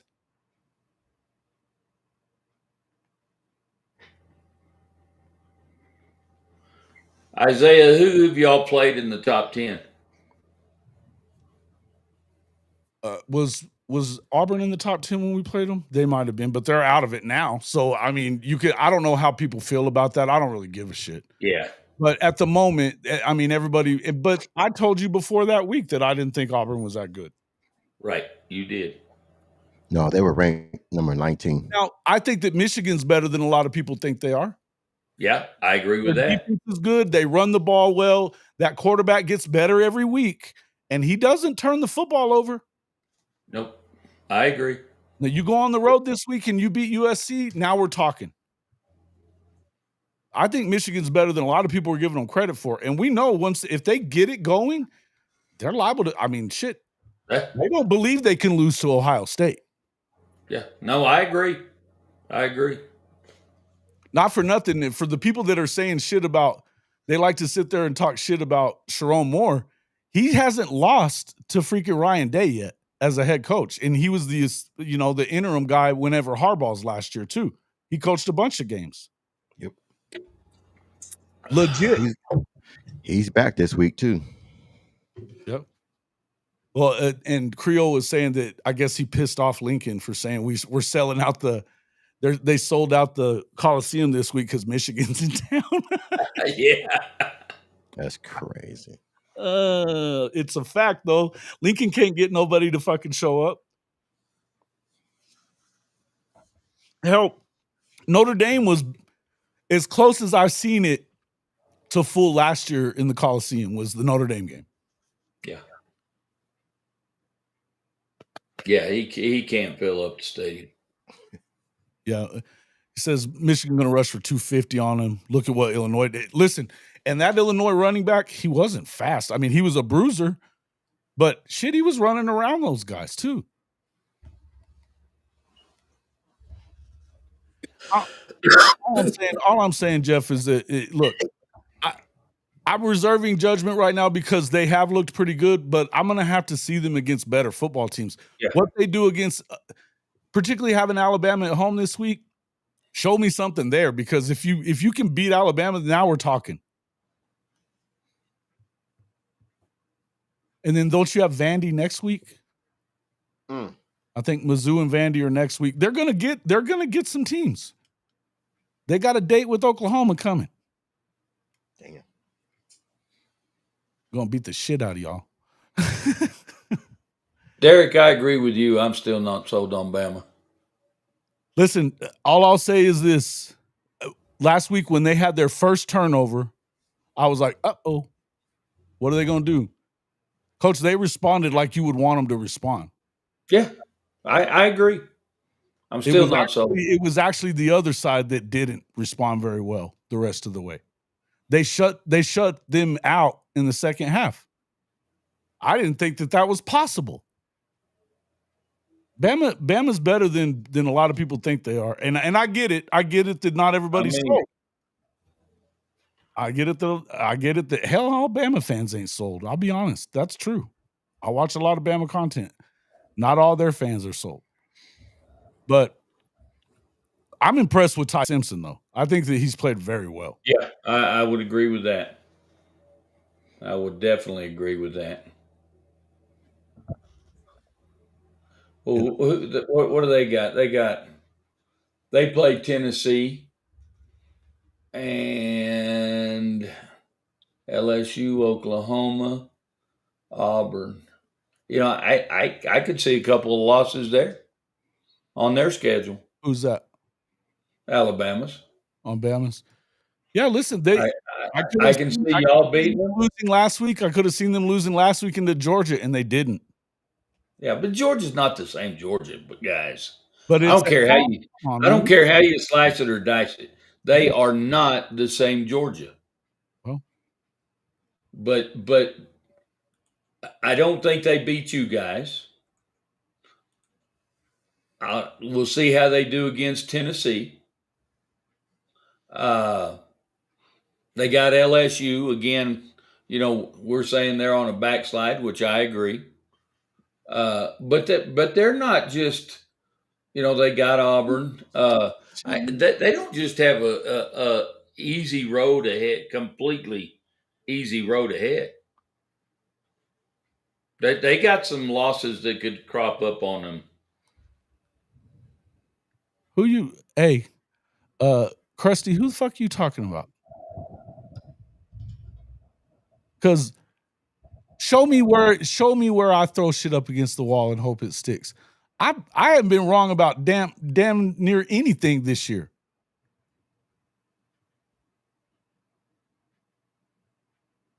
Fuck out of here, dude. Fucking Texas. There's your Texas ass clown. Ass wipes. That's crazy, man. We may have one against Texas. Georgia is a top 5 team. Don't get it twisted. Everyone has a bad game. They haven't had when have they had a good game defensively though? Sooners for life. The thing about Georgia that concerns me is that they're not playing good defense. That's what they're supposed to do really well. They are not, whether y'all want to defend them or whatever, I'm just telling you, they are not the Georgia of old. They're in the middle of the pack with the rest of the top tier teams. Mm-hmm. Mm-hmm. Who else? What else are you thinking about? Hey, Coach Ricks, you voted. What are your thoughts about those last 2 rows, 16 to 25? I don't know, man. I didn't. Probably I did, Jeff.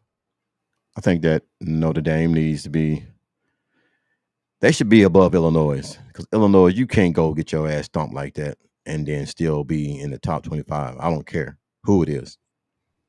That's crazy as hell. You get beat by almost 50 damn points, and your ass is still in the top 25. No, Notre Dame should be higher. I think BYU. If they keep winning, man, they're going to be higher. I don't see nobody physical enough in the Big 12 that can handle them. And it all depends on where that game is too. I mean, Texas Tech, we've seen this told before with Texas Tech. I just don't. I like Coach McGuire, man, but I just don't know, man. They're not used to winning, and you just can't turn it on and just win out. I like Memphis. I think if Memphis win out, they're going to be the last spot, number 12 in the CFP. Anybody else, I don't like. Vanderbilt, they got lucky and got a damn W off of FSU because they were looking for Miami. I don't know about Iowa State. I don't know what's going on there. I thought they would run the damn Big 12, but they look soft as hell. I don't know, Jason, man. I think Notre Dame needs to be higher, and I only see Notre Dame and BYU and Memphis being any type of threat to anything from 16 to 25. Mm-hmm. Well, take that back. BYU, Vandy, Memphis, and Notre Dame. I think Vandy still can, get high if they win out, but that's gonna be a hard thing. I mean, if you beat Texas, which I don't know what it is about Texas, everybody keep thinking no matter how many games Texas lose, they just keep putting Texas up there. If Vandy beats Texas, I think they might push them back up a little bit higher. Mm-hmm. Yeah. Well,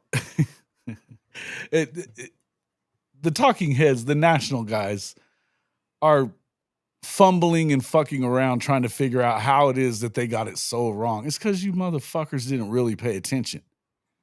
You just bought in. They buy into each other's They bullshit. always do. Yeah. That's what I'm saying. I just said it's not that I have a crystal ball. I watch fucking football. And I'm telling you, I watch a lot of Big 12 football. I watch AAC football. I watch Mountain West. I don't give a shit. If it's on, I watch it. If I'm going to talk about a team, best believe I've seen a lot of them. Yep. And I've learned how to look at film in another way too. I don't just watch skill guys either. But look, I think that this is a toss-up of a year as I've ever seen in college football, though. No doubt about it.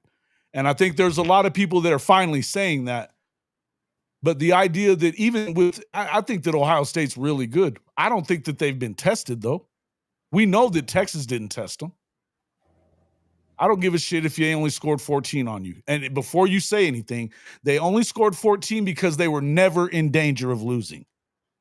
And they were not going to put themselves in danger of losing with a freshman quarterback and a first-time play caller. Wasn't going to happen. I look at that top 12, Jason, and not just looking at that because we looked at the whole thing, but I believe, like you said, there's more people that have a chance to win it this year than any recent years, and not just recent years for a long damn time. I can't remember ever thinking that there was more than 4 or 5 teams that were really contenders. Exactly, and even that's rare. Even exactly, and I truly believe once we get to that top 12, I think there's probably 11 teams that could win it. That may be a little much, but you're probably not that far off if you are. It's you know what I mean? Yeah. Like if you look at even just this top 11, I wouldn't put Indiana or Tech in a position to win the whole thing necessarily. No. Or Mizzou. Yeah, that's I'm gonna have to see some more out of Mizzou, but I think Mizzou is one of the better teams in the country. I think they are begrudgingly. But even looking at this, we're saying out of those 12, there's 9. I mean, yeah, I don't know that I think Ole Miss can win it. 8. Let me ask you this question, Jason. You and Coach, why is he so adamant about not playing Oklahoma? Who? Rule? Lane Kiffin. Oh, because he knows he's gonna get his ass kicked more years than not. Yeah. I mean, but damn, he's making it. I mean, he's making it an issue. Point out which coach wants to play this defense every year. Yeah, I know. I'm just gonna say, man, this shit is. Point out any coach in the SEC that's gonna. I mean, look, Texas and OU are playing every year. Mizzou's gonna play them every year, and I guess you're getting Ole Miss for now. But if Ole Miss is like, why the fuck would we play them? We don't have any kind of history. I agree with what he's saying. They're not the same kind of program. Now, he's done a great job, but I agree with what he's saying. But you know what it is. He don't want to have to deal with that fucking defense every year. No. He went from playing Georgia, LSU, and Alabama every year to now every year he's going to get Oklahoma with them, with one of them at least. Or 2 of them at least, I would say. Yeah, I'd shit, dude. I don't know. I can't imagine that anybody wants to deal with the Brent Venables defense very often. I'll just say it. Kiffin and Riley are twins. I like Lane Well, Kiffin, man. I'm not a hater on him. But I don't think he wants to play. I don't think he wants to play the best defense in the country every year. Or one of them anyway. You know what I'm saying? Like because and here's the thing, as good as they were last year, supposedly as good as they were last year, you should have beat their ass then. In Oh yeah. Oxford, they had their chances. Jackson Arnold pissed down them legs. I'm like you, Jason. It's been a long time since I've seen a defense like this. And I keep looking for the defense to right? It's different. I keep looking for the defense to pretty much go back to the old way of playing.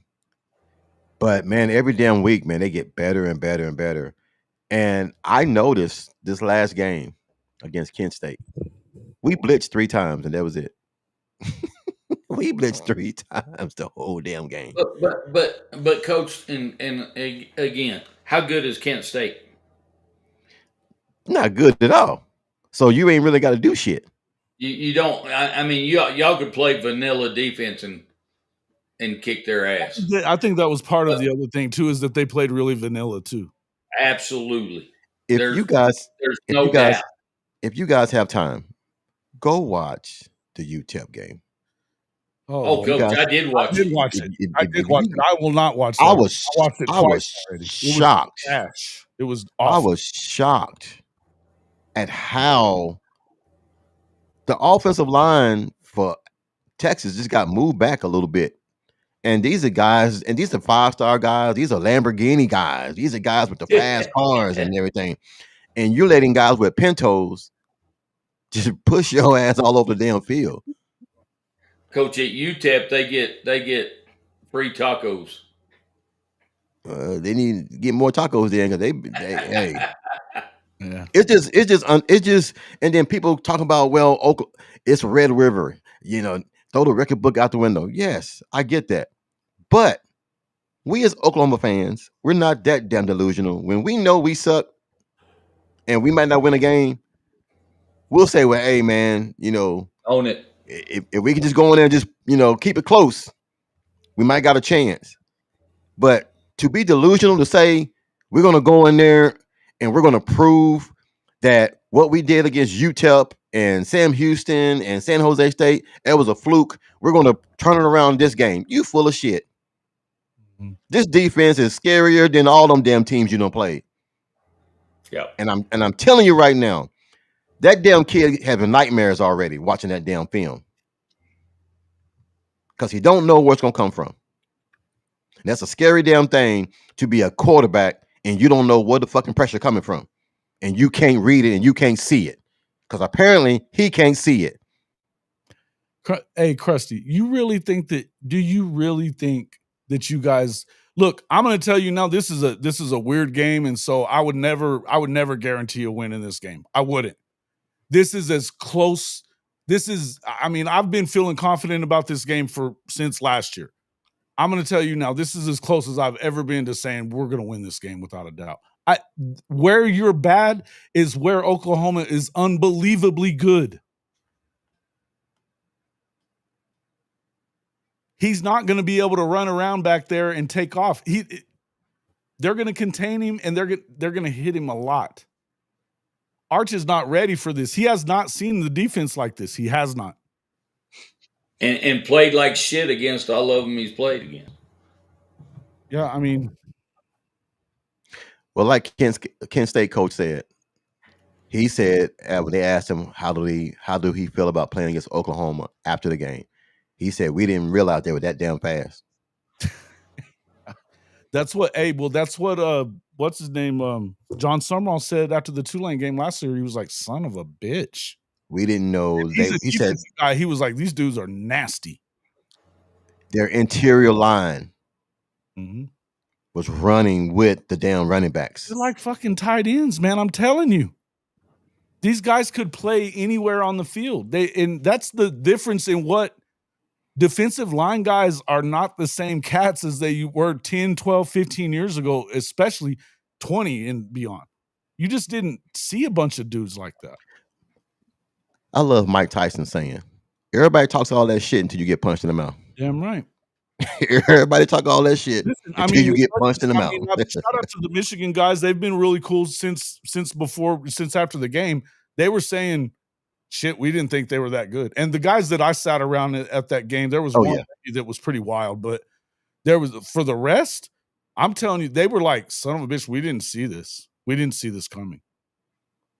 These guys are legit. Because Oklahoma let them stay in that game by fucking up. You had a fumble on a punt. They didn't score a touchdown off of it. Their touchdown was because, I was saying this yesterday on the show with Boganowski. You know why they scored that long touchdown run? Because Guillory, I mean, Peyton was screaming at Guillory to move out, move out, move out. And because the fans in the stadium were so loud on first and second down, he couldn't get them to do it. He didn't hear him ever. And you've heard those guys on the red dirt. They're like, man, we keep looking up thinking it's third down and shit, and we're on first down. And it's loud in the Palace. Crazy. And I mean, you know how it's been the last 10, 20 years, especially that you got a lot of the olds that are there, and then the student section hasn't always hung around, coach. You know what I'm saying? Yeah. Man, look, they're gonna find out. Mm-hmm. And I always try to tell people and everything, man, tape don't lie. Numbers do. Yeah. Tapes don't lie. You can look at every game. And I'm a tape guy.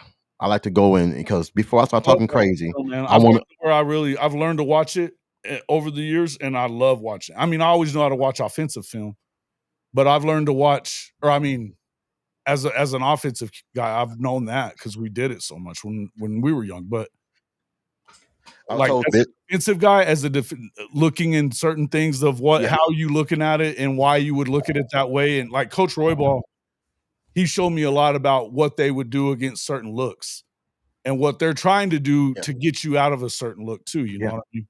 Yeah. I think they haven't played any more shitty teams than you have, Crunch. They haven't. They've played better teams than you have. I'm not positive that I don't know that you. In fact, I don't think that you would beat Auburn at the moment. Shit, no, man. Shit. They can't stop the run. That's what Auburn do well. Just run the damn ball. Anyway, me and Bishop were thinking about doing something like that one day. Doing a study of a film session of a ball game. If you get all 22 film, I'd be all the way for it. But that's a hard thing to do. It really is, and I'm trying to work with a guy who's an engineer at my job who works in the IT. And I've been talking to him about how to do that, and he was like, "It's a hard process. You got to buy it, dude." He said it's a hard process. Fucking expensive, man. Fucking expensive.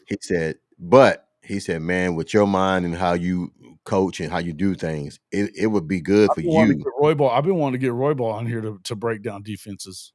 But I watched the Texas game against Florida, and to see how Florida would go to the second level and push in and push out, and Texas couldn't do nothing.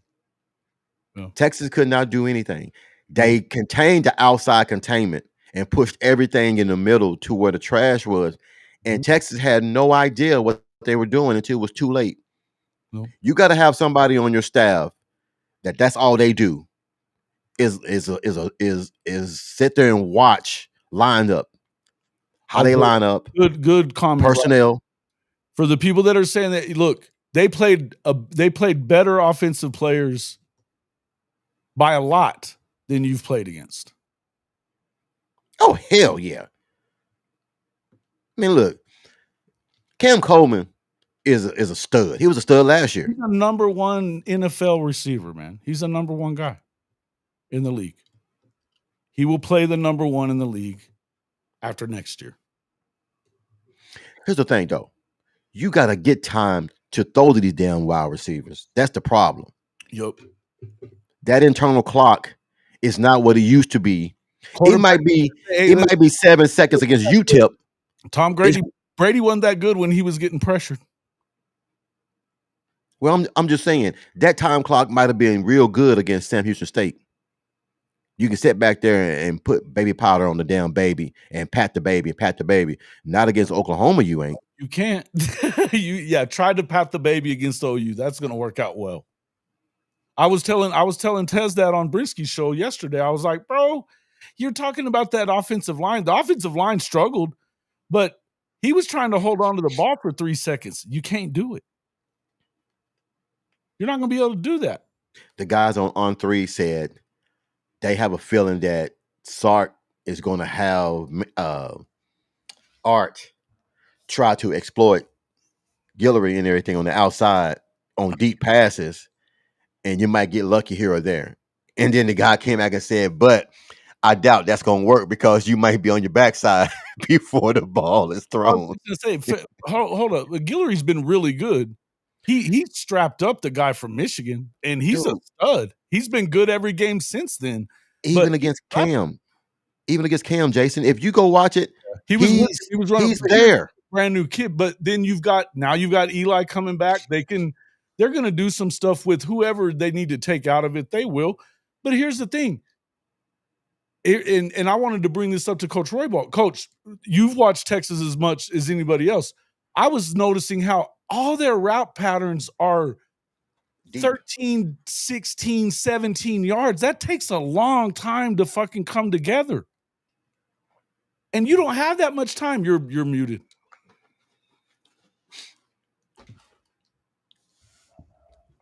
Yeah, they are. They're intermediate to deep routes, and you've got, and that's one thing. And I think just because his name, they think that he's automatically going to be a superstar. But hey, just because he has the name doesn't mean he can play like the rest of them. And at this point, he may be good too down the line. I'm not even saying that. No. That's, and I'm not. I was going to get to that too. Maybe later, but even this season, why did they not throw some short routes that he's going to be able to complete, be successful, throw the quick screens out,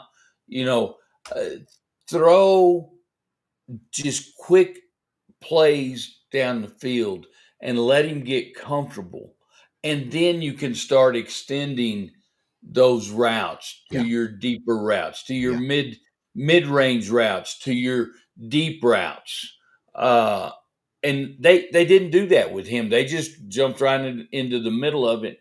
Like you're saying, you watch their games and everything they're trying to throw is mid-range to deep balls. And so he's not having success. And then you add that O-line catastrophe that they have, and you put those together. That's not good. It looks like the bomb got dropped at Hiroshima again. Yeah, and think about it. I don't understand that part. The whole pancake factory and everything they talked about with all that. Like, if you're how in the fuck do you let that happen if you're Sark? And that main thing that he talked about after he got there was said that they had to build an offensive line group. And he was, remember last year when he was talking to Pate, he was talking about now we're 16, 17 guys deep. Where the fuck are those guys? He's still building. No, they're not. The two guys from Texas yesterday were telling me that they rolled the Pancake Factory deal into the One Texas instead of making you pay them all $50,000 at minimum. Like, that was smart. If you know that's what you have to do, how do you allow such a thing? It's crazy. But guys, there's a common denominator in all of this. They're not as good as they thought they were. And it's Sarkisian. Yeah. There you go. 7 wins. He's won more than 10 twice, man. Just the past 2 years. That's the common denominator in this whole equation. So 1,000%, Coach. 1,000%. I'm with you on that. So I was hoping you were going to say that. And it's not, guys. It's not going to get any better. It's not going to improve. Well, here's another thing too, Coach, and you know this. When you play some teams that are physical, and I mean physical. Yep. Can you take that shit all game? Can you take it all game? You can't. Some guys can't take it all game. Some guys, let's keep it real. They haven't really been productive. They're not, I mean, if anything, 5-yard curls is what you need to start with Oklahoma, because you're not going to be able to go post corner, digging out, or Don't have post time. wheel route. You ain't going to have time for that. Keep it simple. Someone asked me today, what would it take for Texas to win the ball game? And I was being sarcastic at first. I said, they got to go dig up some dead people and give them a helmet and some cleats. But to be honest, if Texas has a chance in this ball game, they got to hit quick hits. Get the ball out of Archer's hands Mesh within route, 2 or 3 seconds. the And quick that's it. clubs into the middle. Yes, you're right. That's it. That's your only shot, because you don't know what it does to a quarterback when he gets hit that first time. He gets rattled and he starts seeing things, the walls close in on him, and hands everywhere and bodies everywhere. I'm telling you from experience as a quarterback, it's nerve-wracking back there when you know your offensive line can't block, but you can't say it. You got to just believe that, hey, just make sure that, I mean, and just being realistic, man, I don't think that it's all Archer's fault. I think that the offensive line Definitely is very bad. It's certainly not all Archer's fault. No way. But it's Sark's fault because he can't say it. He can't say we bad. He can't say we as coaches got to do a better job of protecting our quarterback, putting him in the right situations to where he can go out there and execute. He just can't. Yeah. And you're leaving this kid out here to defend all by him damn self, and that's a bad thing for a coach to do. The fans are calling for this kid to be benched. The fans are booing him, and you're causing all this shit. It's your plays that he's running. It's your playbook that he's running. Good question, J-Jack. I don't know who it is. What's that? Who's got the best offensive line? I don't know. I don't really see an elite one so far. I haven't seen an elite one yet, really. Maybe the best one might be Miami. I seen one. Which one? It ain't dominant. It ain't elite, but I think Georgia got a pretty good offensive line. They're running the ball pretty well. They are. Yeah, maybe. It depends on what you're asking them to do, Jason. That's a trick question. Well, I got to tell you, I watched Shoddy and Coach I break down the Tennessee game with Georgia, and they've got some youth there. There's some things they got to do to get better, but they're pretty good. But I wouldn't call them elite, and I don't know that they're the best one. I would say is Alabama's. I don't know. I don't think that they're very good at. No, because shit, he's getting rid of the damn ball too soon. He's doing what Arch needs to do. Ty Simpson is getting rid of that damn ball real quick.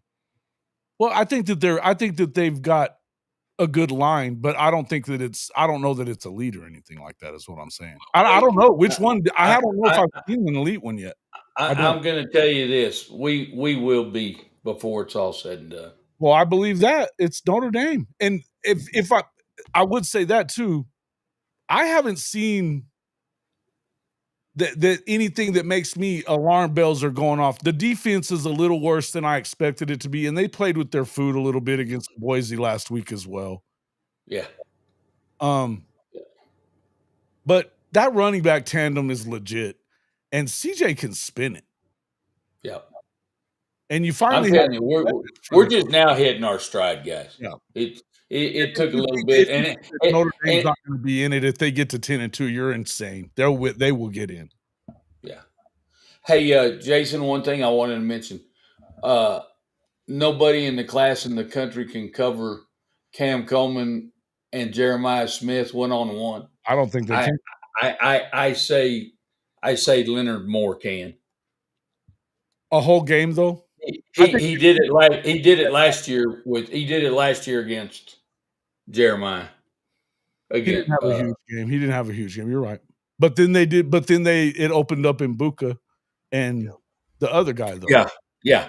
But the statement was Okay, I'll give you that. But Cam Coleman, for instance, I mean, Guillory did as well as he could do. And yes, if he'd have turned around and gotten his head around on a few of them, and he's a true freshman, by the way, for fuck's sake.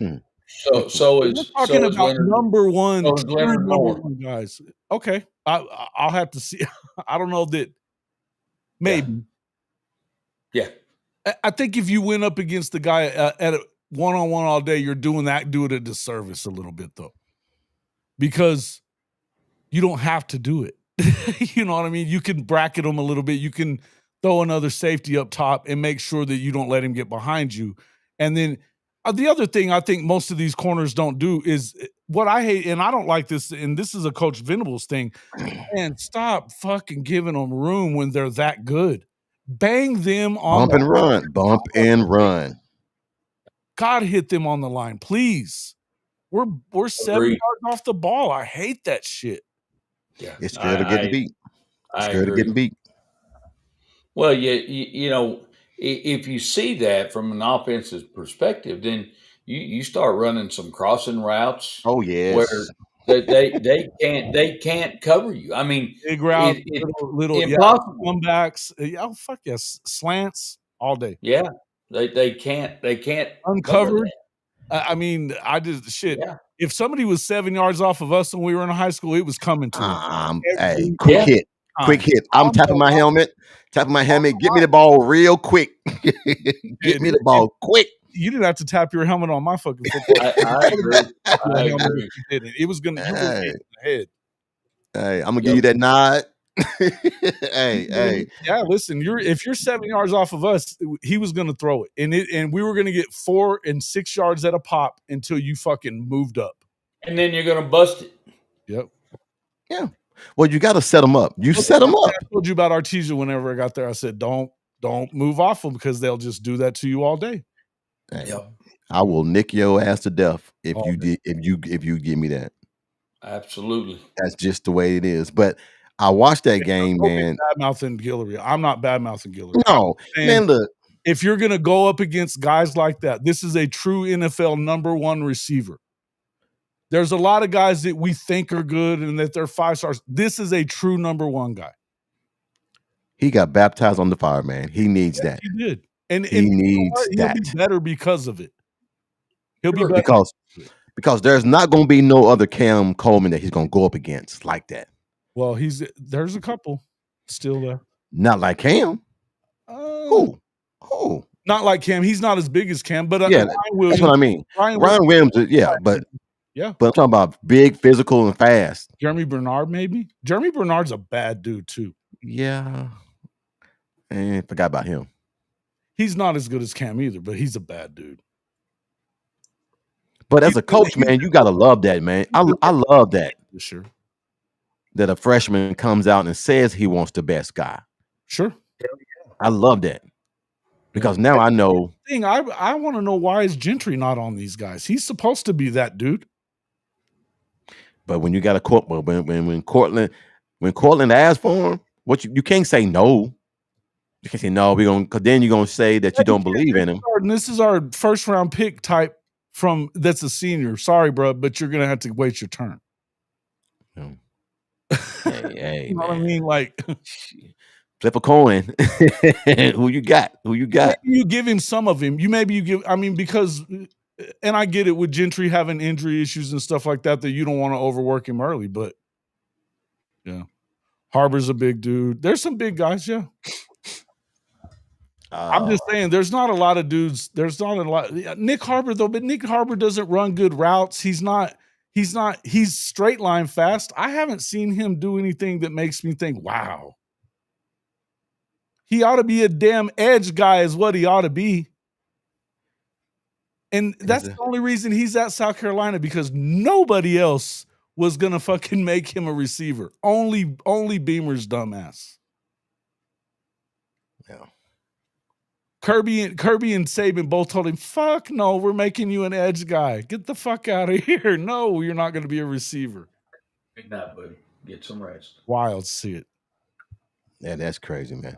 Well, we're gonna find out this week.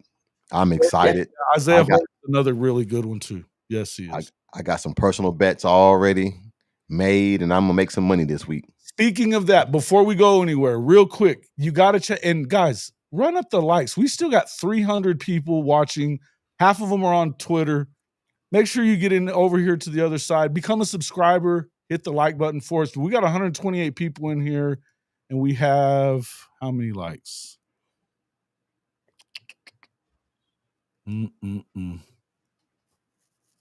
73. That's not bad, but it'd be cool if we got to 100. While you're thinking about it, check out this latest MyBookie commercial. When you start seeing stuff like this on Twitter, you know what time it is. That's right. It's Red River Shootout Week. And while Vegas still thinks Texas should be the favorite, I'm sitting here grinning. Texas, college football's new Alabama.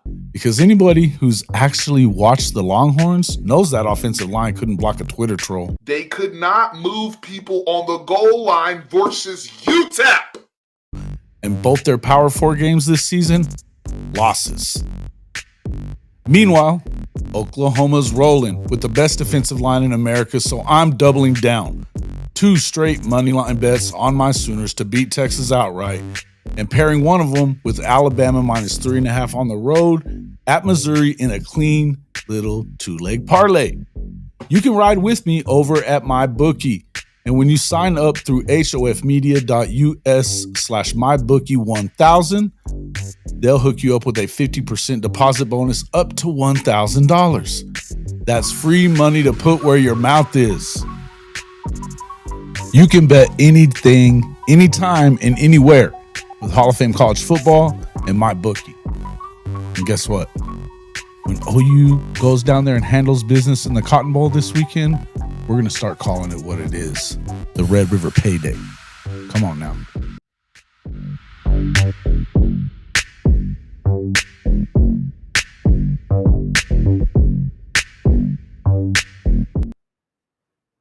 That's crazy as hell. That's good. Did good with that, Jason. Yeah, I got like 5 bets on that, so I'm good. I found some suckers, some Texas fans that wanted to bet that game. And I'm telling you, take it all. They bet in with their hearts. They bet in with their hearts instead of betting with common sense. Yeah. If you want to jump in and do shit. Go over there and make your first deposit. If you do over $50, then you can actually become and like tell your friends to go and do it too. You can make $200, up to $200 for every person you refer to MyBookie. It's worth doing it. They have great lines. You can do in-game betting. There's a lot of really cool stuff. Jump on there. The link is in there. Jump in there and do that. And listen, it would be great for the program. If I know a lot of you guys are betting, go bet with MyBookie. It'll hook you up. And these bonuses are legit, man. They're legit. Hey, I tried to go on MyBookie and I couldn't find my 5th grade Eagles football team on there. Yeah, shit, damn it, man. I'd be betting their hell out of them too. I'd be betting their hell out of them too.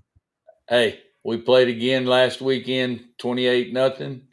We ain't been scored on in 16 quarters. There you go. So shutouts. Every game we played has been a shutout. They could not move people on the goal line versus UTEP. Dude, I'm telling you, man, it's going to get brand ugly. has finally returned. Fuck your brand. Thank you, Corrections. Appreciate it. Now, Coach, let me ask you a question, please. Yeah. If you're playing a team that has 9 games of video that you have went through, you scrubbed it, you looked at all the angles, you looked at all the plays and all that, those 9 games are going to tell you what that team really is, correct? Mm-hmm. How in the hell do you think that you got 9 games of footage and you know what they're going to do, but then they come out and say, well, we didn't really play our best games, those 9, but we're going to do it better this game. Are you going to believe that shit? No. So 9 games don't mean shit. So 9 games don't mean shit, but that stupid. one game means shit. That was stupid of them to do that, by the way. Yeah. The Big But Ten, Sark made a ignorant. comment like, their who own. else is playing Ohio State and who else is playing Yeah. I'm like, come on, dog. If that's your is that your plea? Is who else is playing Ohio State? Who else is playing Florida? Florida was Exactly. trash. It was trash. You were a 14-point dog in that game. Yeah. And you got mollywopped. Yeah, that's ridiculous. yes. That's an asinine I statement. can assure you that I will never wear any Mizzou shit, but I wear a lot of black anyway. That I mean, you know, it ain't gonna I wear black and gold, but it damn sure ain't Mizzou. no Hey, Mizzou. check this out. My wife is from Arkansas. She was an Arkansas fan before I met her. A Razorback. She bought me a Razorback shirt when I first met her. I used that shit for Armor All tire clean. I was fixing to say, what'd you do? I'm not wearing that shit. She said, babe, it's a shirt. I don't give a damn. I'm not wearing that shit. They don't always Coach. understand, bro. They don't always understand, but you have to make them know. Hey, Coach, Yes. you used it better than I would have, though. I would have been wiping my ass with it. Now, 25 years later, she a born diehard OU fan. She don't wear nothing but OU. There you go. She know better than bring some shit in here that ain't Oklahoma. Hey, you did Coach Roybal got Christy like that too. He may have went wrong with his son, but his grandson knows better than to wear that Texas shit. Oh, hell yeah. Now, it's hard. My son got too many damn concussions. Well, we got Clemson in our family down here. So was about what's his name too, wasn't it? Huh? Wasn't that because Antoine? of Antoine? Yeah, the kid, his line coach was Antoine Kirkhughes that started at Texas. Yeah, he was Ricky's roommate, wasn't he? Yeah, he was Ricky's roommate. Mm-hmm. Oh yeah, that's why he's a Texas fan. Unfortunately, only one. Well, my daughter's a Texas Tech fan, so I got a Tech fan and a Texas fan in the house. But you know, speaking of wiping my ass with Arkansas apparel, Notre Dame wiped their ass with y'all got that man fired. Y'all got that man fired. Man. Put that poor bastard out of his memory.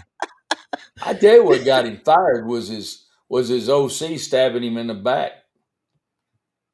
Hey, I mean, there's some rumors out there. He hired his ass. Oh, what the fuck was he thinking? I don't know. Well, hold on, Jason. Hold on, Jason. He didn't really hire him. Bullshit. Hold on. He didn't really hire him. There were some guys that I know that down there at the Gazette, and they was like he was pretty much forced to hire him. I could see that, I guess, but look, I'm gonna tell you what Coach Roybal would have done in that situation. Fire me then.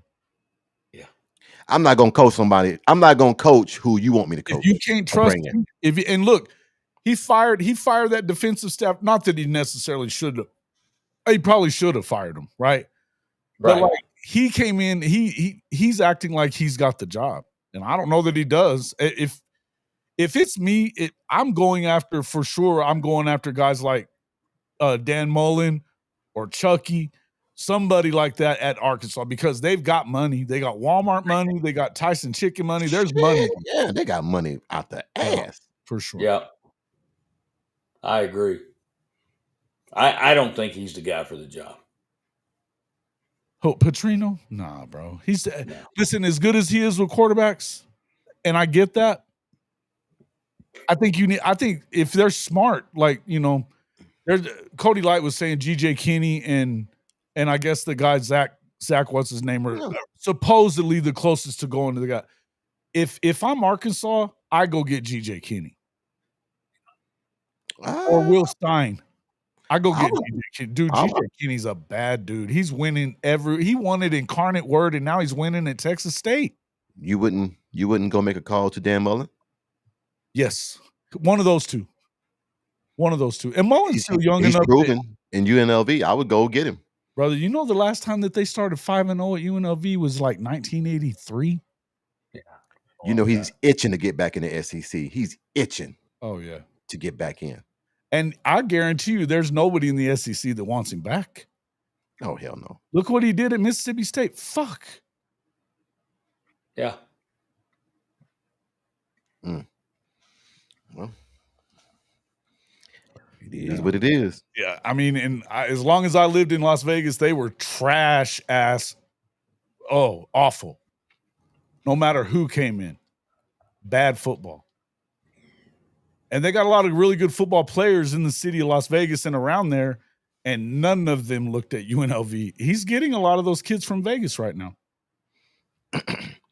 Well, isn't it a good feeling that the top 2 Heisman Trophy candidates are nowhere to be heard and seen? Well, so it'd be, which ones were they? Oh, well, Arch, and then who else? Who were you Nussmeier. saying the other one? Yeah, Nussmeier. Yeah, I don't know. Well, and neither is Klubnik or for that matter, Oh yeah. Sellers. Yeah. Sellers too. And I So didn't really it's wide open. to be honest with you. It's wide open. Yeah. Well, he's smart, and he could go get some of those guys out of the SIP in places like that where he's already got really good ties, right, Jack? I mean, smart move on the part of him to take that job. And look, Venables is trying his ass off to hire him as the coordinator. He was like, why the fuck would I help him keep his job when I may want his job? At least he was honest. At least he was honest about it and didn't try to just go and just hamstring him. But, man, we've been going for a minute. 2 hours, 15 minutes. We've been going for a while. It's already getting late. Coach, anything else you want to add in there? You got SC next weekend, correct? Yeah. Coach Roybal, SC's next weekend. Yes, next weekend. Yeah, we have North Carolina State this weekend. Okay, so want to see probably a more don't fuck around, kill them early. Let's get ready for SC and beat that ass. You got them at home. We'll be talking a lot about that game. That's a big game next week. Obviously, you can't afford to lose anymore, but no, we definitely can't afford. And quite honestly, that's really the only one that I feel uncomfortable with a little bit is the SC game. My eye was pretty good. Yeah. And the way and that's the thing. I'm waiting to see if what we did the last couple of weeks defensively is going to be consistent for the rest of the season. Because early on we looked like they were throwing on us like we didn't even have anybody in the secondary. So if we can, the last few weeks we've looked pretty decent. So had several picks, and we've gotten, Ash finally started bringing some pressure and some heat the last few games, and so it's made a difference. So that means that Freeman's been in the middle of his ass then. There's no doubt.